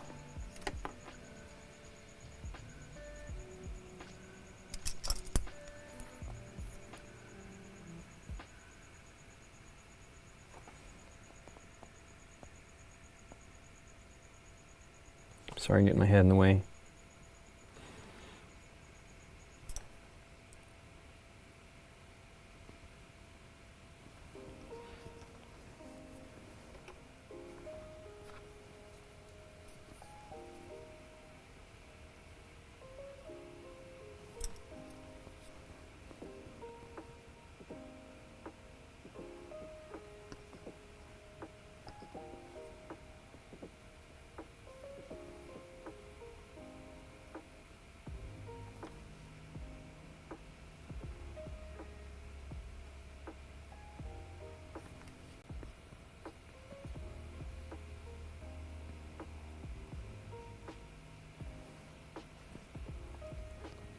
But that looks pretty good. I mean, that was today, and now I did cover that back up on the hat. Now, I think what the deal is it needs more water and goes on lighter, because it's, for me, it's a flat surface and it kind of sticks out, so I do not want it to be as poppy, and it goes out to the edge more. I need to work on this one, which was the first one. And get it. This one's actually not bad when you look at the original paint job. I should not go all the way to the edge.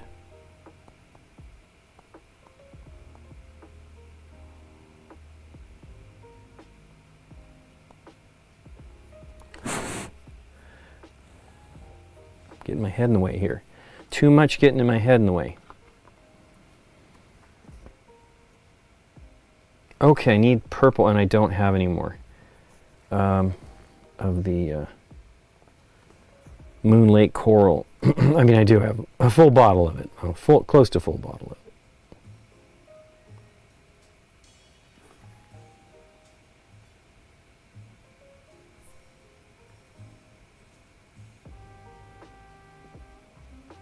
It's like there's a mold problem here where they didn't actually clear this out.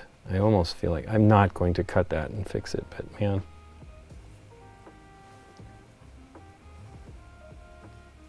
Well, I'll wait, because I'm going to mix more for this second coat of this one here. It's not smoothing out. I wonder if I should sand that. It's not real critical. Eeps. Eeps!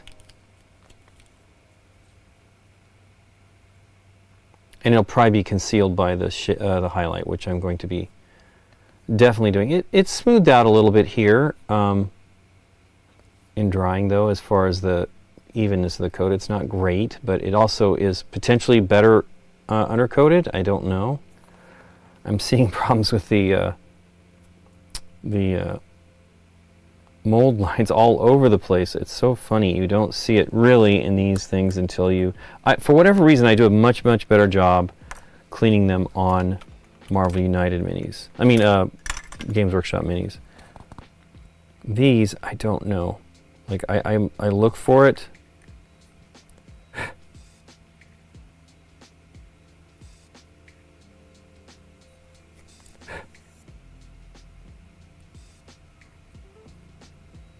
Again, this is going to be one that will be highlighted, so I probably just need to smooth it out a little bit and then maybe put a little bit more of the purple over it and it will be fine. But paint tends to, I mean it does, it intensifies those mold lines and stuff like that, so if you're not cautious, they can look pretty terrible. I did not spend as much time cleaning these as I did the previous runs. I've only done 10 of the X-Men, but they were good. I mean, much better mold line situation. You know, I always wonder about like when they do them later on and the molds are older. I don't know how injection molding like that works, if that is a real problem. It may not be a problem at all. I mean, I'm sure molds wear out, but I don't know, maybe they do. It's not like it's as hot as the metal, you know, when they're heating it up and injecting it with plastic. But I guess this could cause some warpage. So, a little bit more. What time is it? I am so hungry, and I should not be. Had a reasonably nice lunch.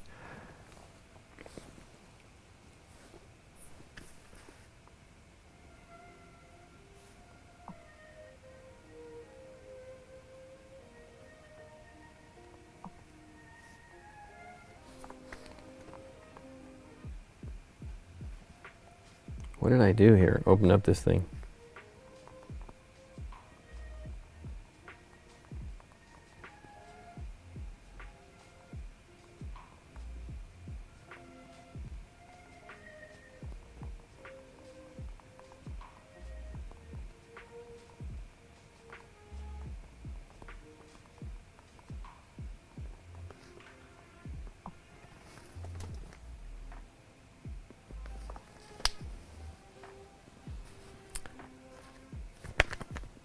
Okay, I can do one more coat before I have to get off, and I'm going to call my mom, see how she's doing.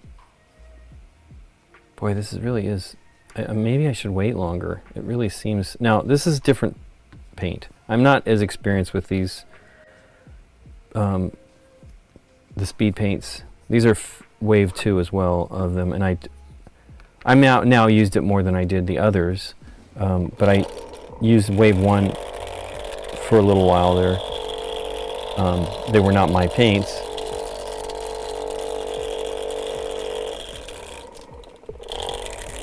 Gold. Okay. Eesh, I see a spot I missed. Drop the lid. These do okay. I mean, I was saying this, you can see it leaked and stuff. I was commenting on this, how that all the bottles have some problems. And these tend to, particularly the medium, I just don't understand it, dry up real fast.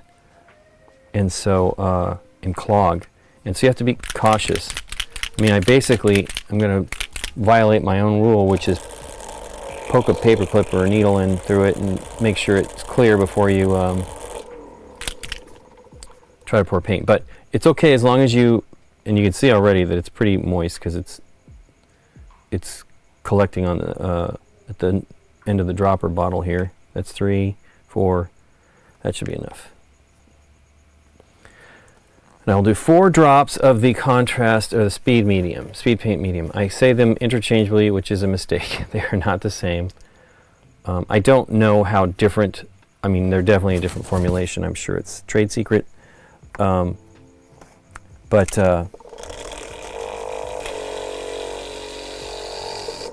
Generally you can use mediums and stuff between paints, but these are a little different. Okay, 4 drops.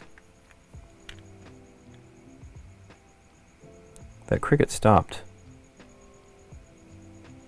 The worst is when we're filming and we get a cricket around somewhere.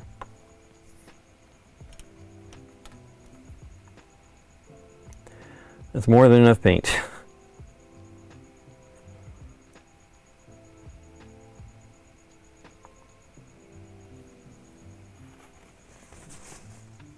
I wonder how dark this is just going on directly out of the bottle. It seems like it'd be too dark.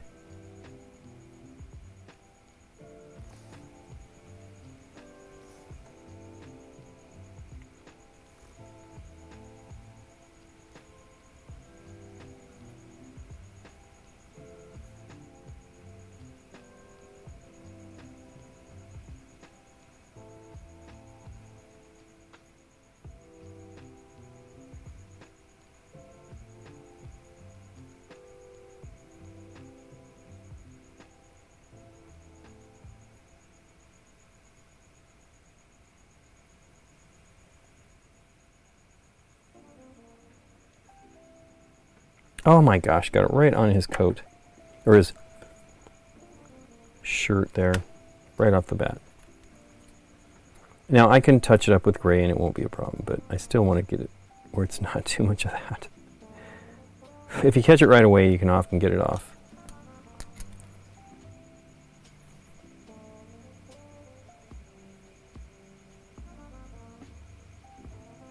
I did bring home, we had it shipped actually because there's no way it's so gigantic, the Galactus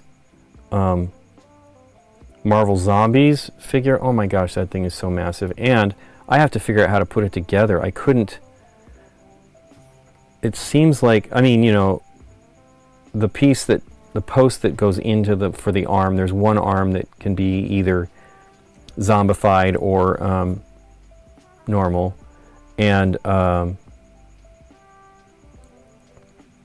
you know, it's an added on piece, so it isn't necessarily exactly in the right spot, and I couldn't get it past the shoulder, in the arm into the like cover of the shoulder. I was like, what is going on? So I need to spend some time probably sanding and filing things to really get it to work. But it is interesting that it's not, I mean, it's a different kind of plastic. It's foamier. And they probably made it so you can't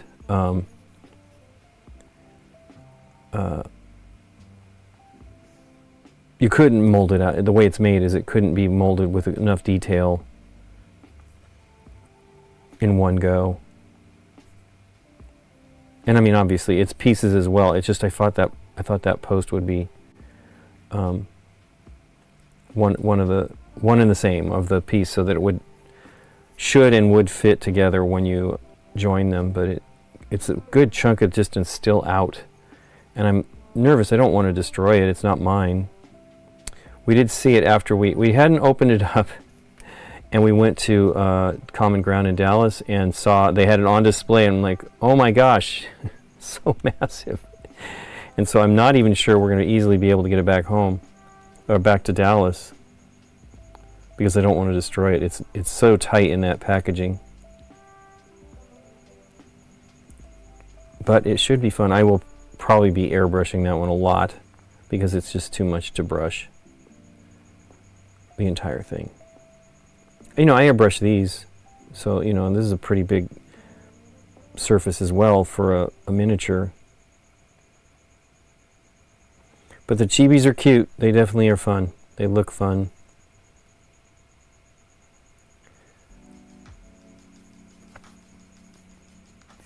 Okay, another coat on top here.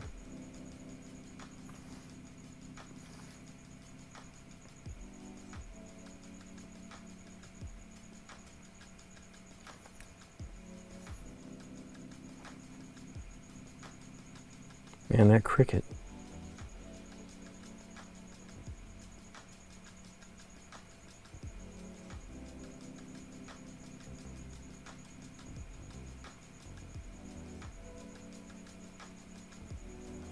It's funny too, we usually see like little crickets, you know,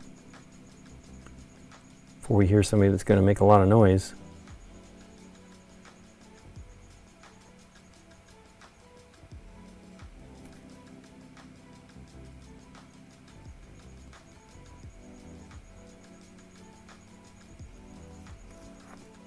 Our crickets sound like they are wired, so I would love like the laid back cricket sound, but not with this.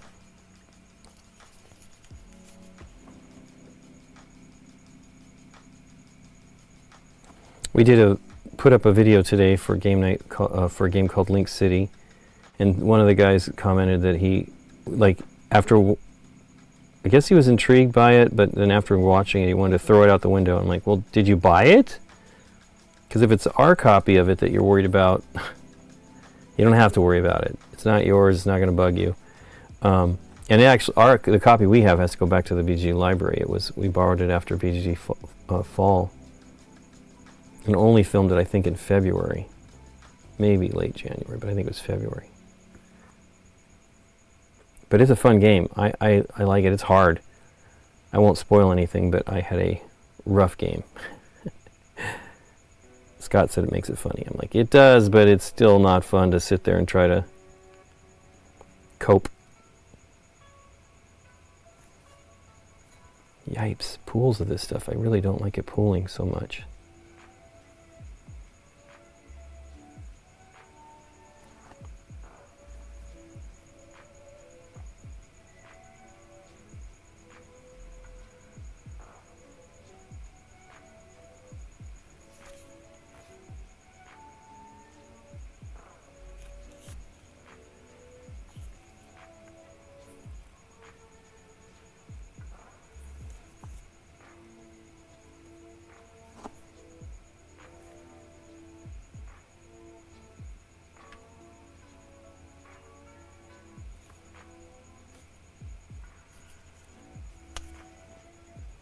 It looks pretty good.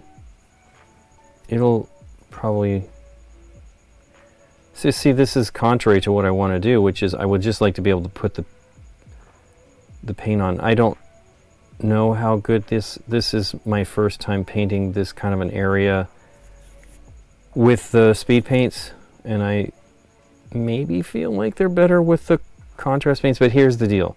Even contrast paints change between bottle to bottle. Like, I don't think the color necessarily would change, like if you went from one bottle to another bottle of the same color, but I think that the way that they do the pigment on these bottles varies, and so your end results are... you know what, I'm not going to use this big brush to paint that, the insides of that.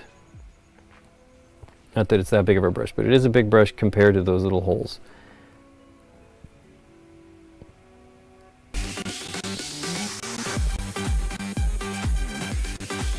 Hey Gosgoal, how you doing? It sounds like that's Daryl. How you doing, man?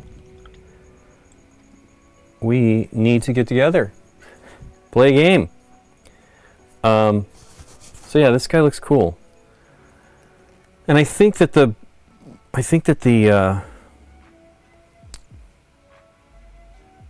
fluorescent paint will do a good job of concealing any of the weird. I'm sure if you really looked at this, it was not too far different from the one that I'm painted today. This is the first one I've done. This is the one I painted today.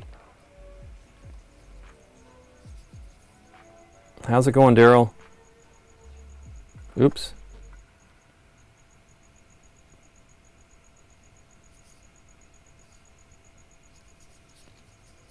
So yeah, that's looks pretty good. I mean, let's compare the two that I have done. They're about the same in my opinion. I don't feel that they need maybe a little bit more on the top, and I've got a little bit more kind of variety going on with the cylindrical highlighting on this left hand side of his figure. It's okay. I don't have like, there's a second stream there that I didn't do. Harumph, I say. Hey, that's the call my mom thing. You mute that first, or snooze it. I have more to do on this one too. It's not, I don't know. It's not really a big deal. This one doesn't have the highlighting on the front edge of the mask that I need to do that as well. There's more to do on both of them. But let me paint that purple since I have a good amount of the that mixed at the right level. Let's use which brush here? I think I'm going to use the liner brush. It is a fine brush, long bristles, which I tend to prefer longer bristles. And it's got a pretty good guide here. I will tell you though, I feel like it's either getting tired or it was always long and I never noticed it. So I'm going to try as much as I can without destroying it to cut that guide hair just a tiny bit. So there's generally like a hair that's a different, I don't know if that's just a synthetic thing. No, it's not, because I've had it on Winsor Newtons. That kind of keeps the bristles rigid. So I don't know if they're using a different type of bristle for that, or just a coarser, you know, portion of the sable's hair. But it's annoying when it pokes out, in my opinion. It's like, oh, this is not helpful.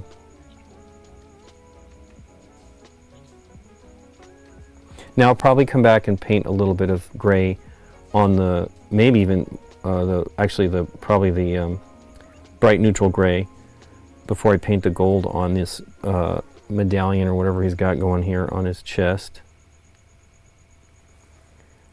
Then that way the gold will look right and it will cover up some of this purple that I'm getting in here.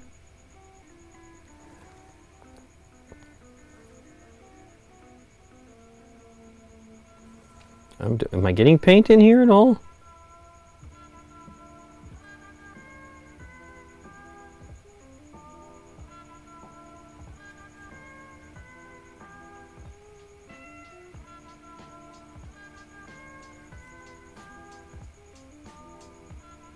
So Daryl's one of the people that got me into, Gazgul's one of the people that got me into modern miniature painting. I never painted game minis, but I painted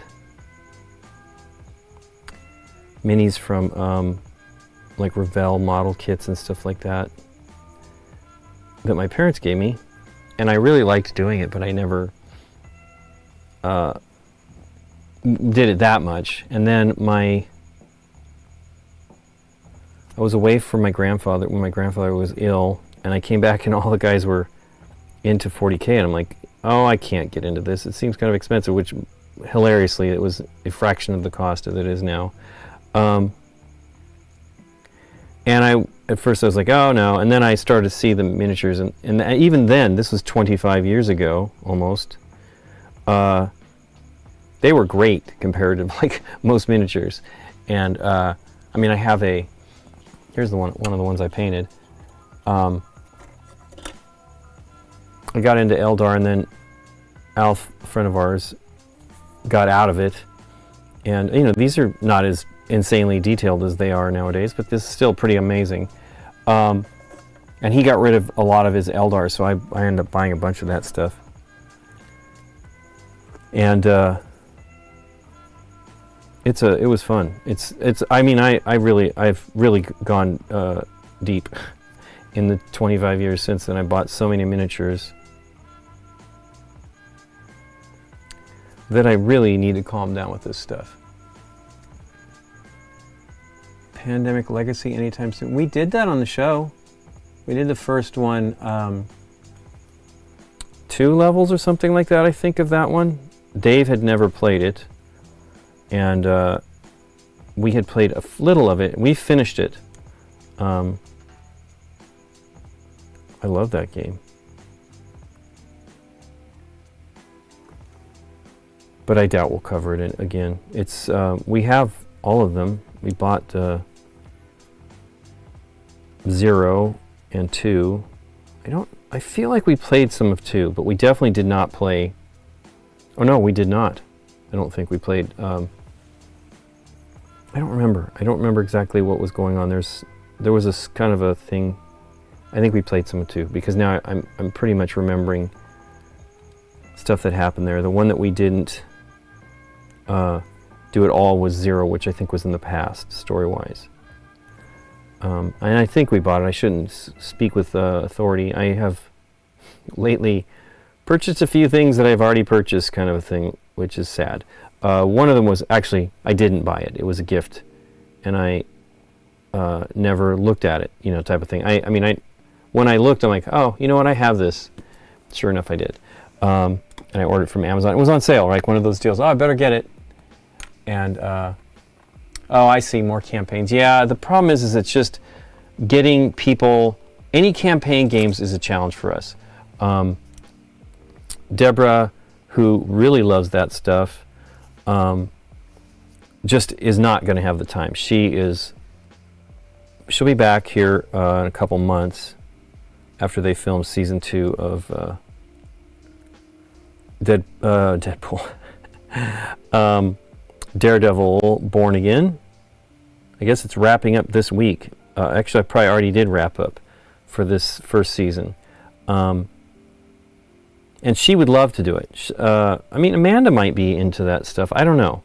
Aaron is definitely into that, and he is more available. He is focusing on writing for a little while, so he has a little more time than he had.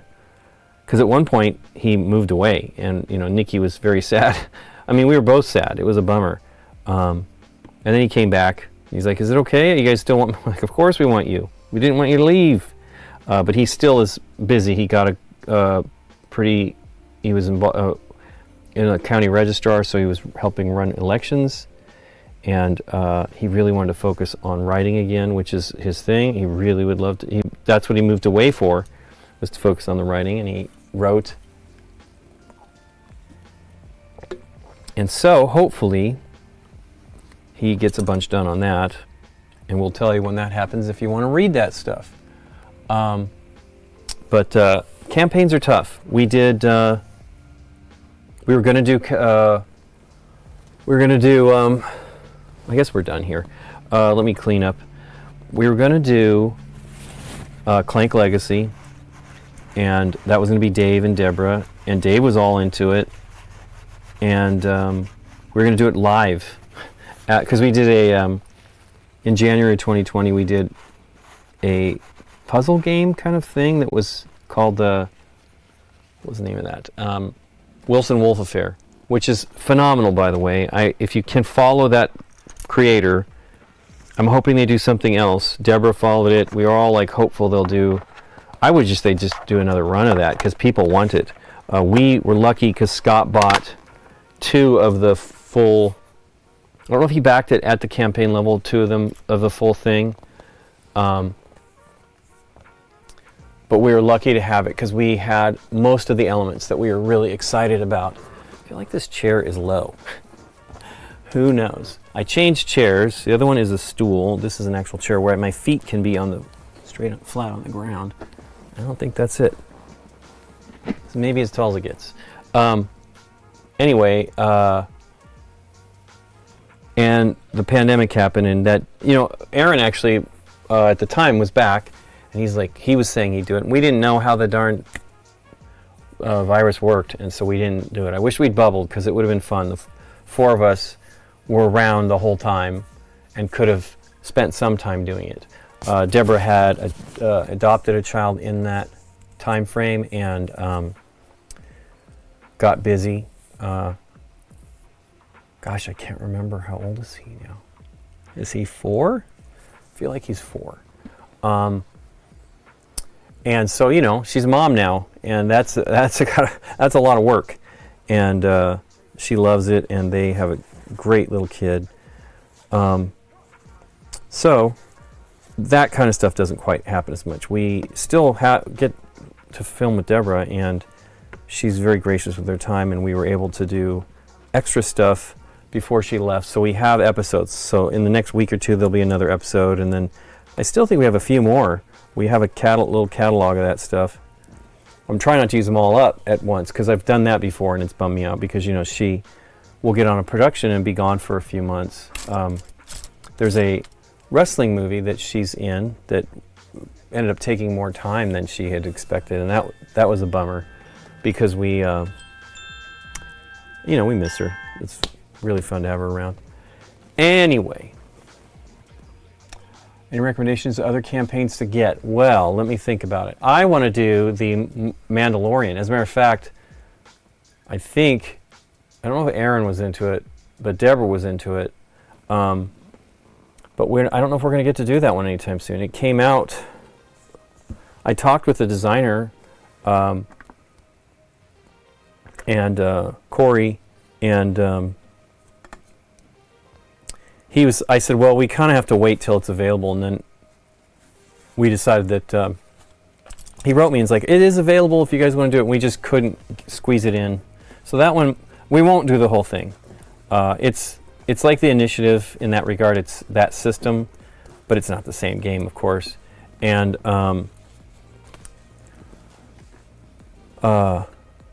we loved the Initiative. That one actually, that was the only time we've ever done a full-on campaign in the show because Deborah and Aaron loved it. They were having a great time, and we're like, yeah, let's see. I wrote Corey and asked if it was okay. He's like, oh my gosh, I love it. You guys go ahead and do the whole thing.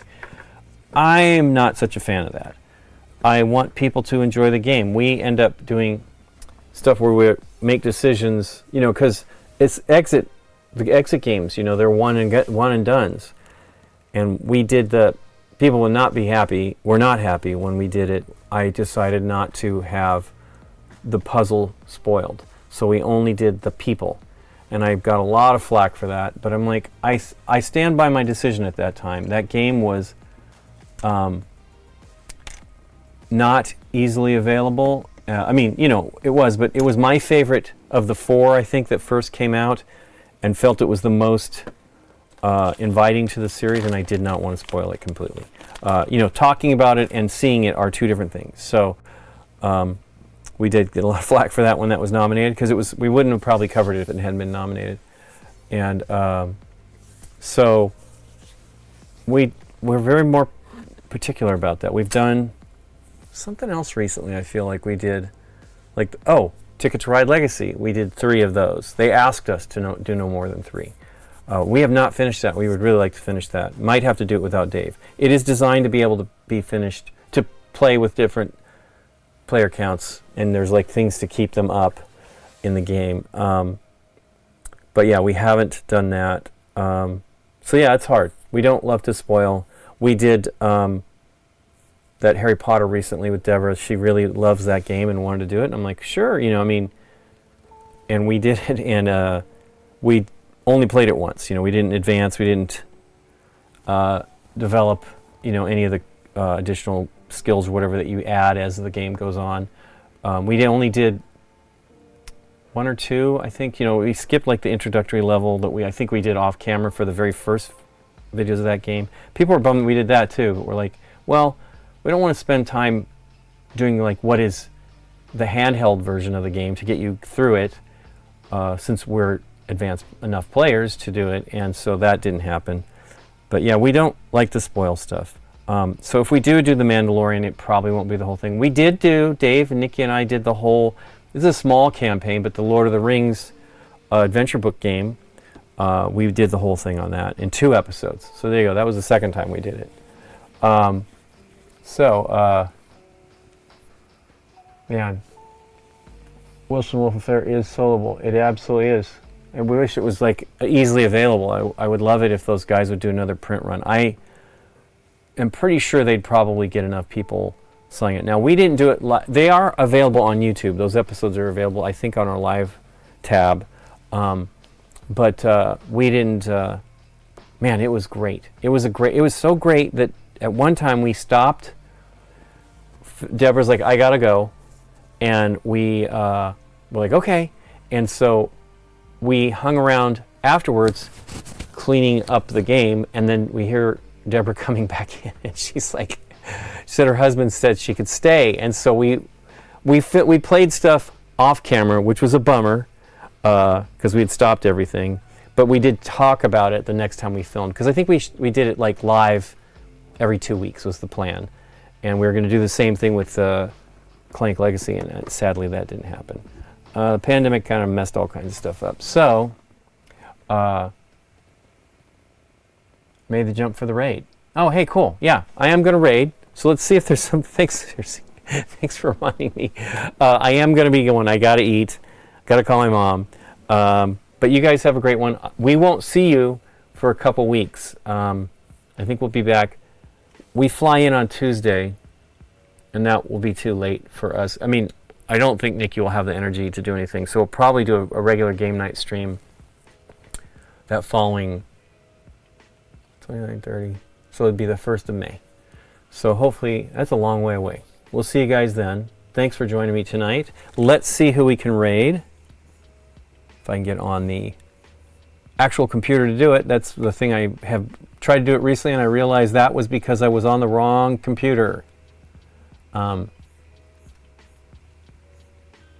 Twitch. There we go. Let's see who's out there. I'll tell you what I'm eating. I'm probably going to have a salad. I'm going to be good and have a salad tonight.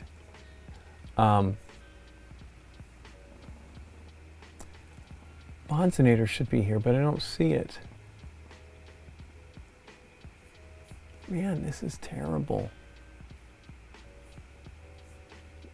You know, people aren't streaming as much. I know there's some people. We follow people, and we're trying to, you know, Derek does a pretty good job of trying to find people that filter, is it kind of category? Let's look at category. The problem is I have to find them too. Sometimes it really bums me out that this doesn't work. So Bonsai's going to have her 5th anniversary soon. So yeah, I'm going to have a chicken salad kind of, not chicken salad, but a salad with chicken in it. Escape the board game. Let's do that. Let's look at that stuff. Oh, come on. Darn it. It's so tiny. Wow, this is awful. I am not good at this. I'll tell you that right now. Why am I in this page here? Wow. Let me go to the actual streaming page. There we go. Come on. Stream Manager. I literally click the Board Games tab, and then I foul it up.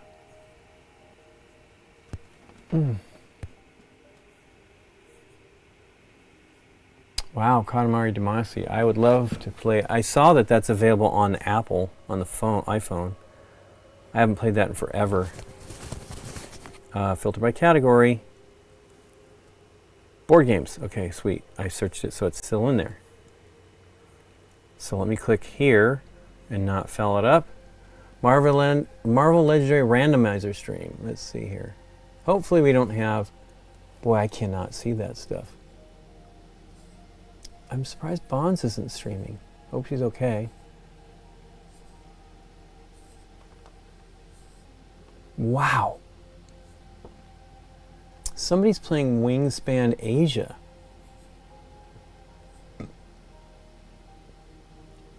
Let's see how they do. Oh, it's Rolling Reggie, who was on earlier. So why don't you guys say hi for me? And have a good one, you guys. Take care. and I will see you soon. Well, couple weeks. And have fun and try to have a great weekend. Bye, everyone.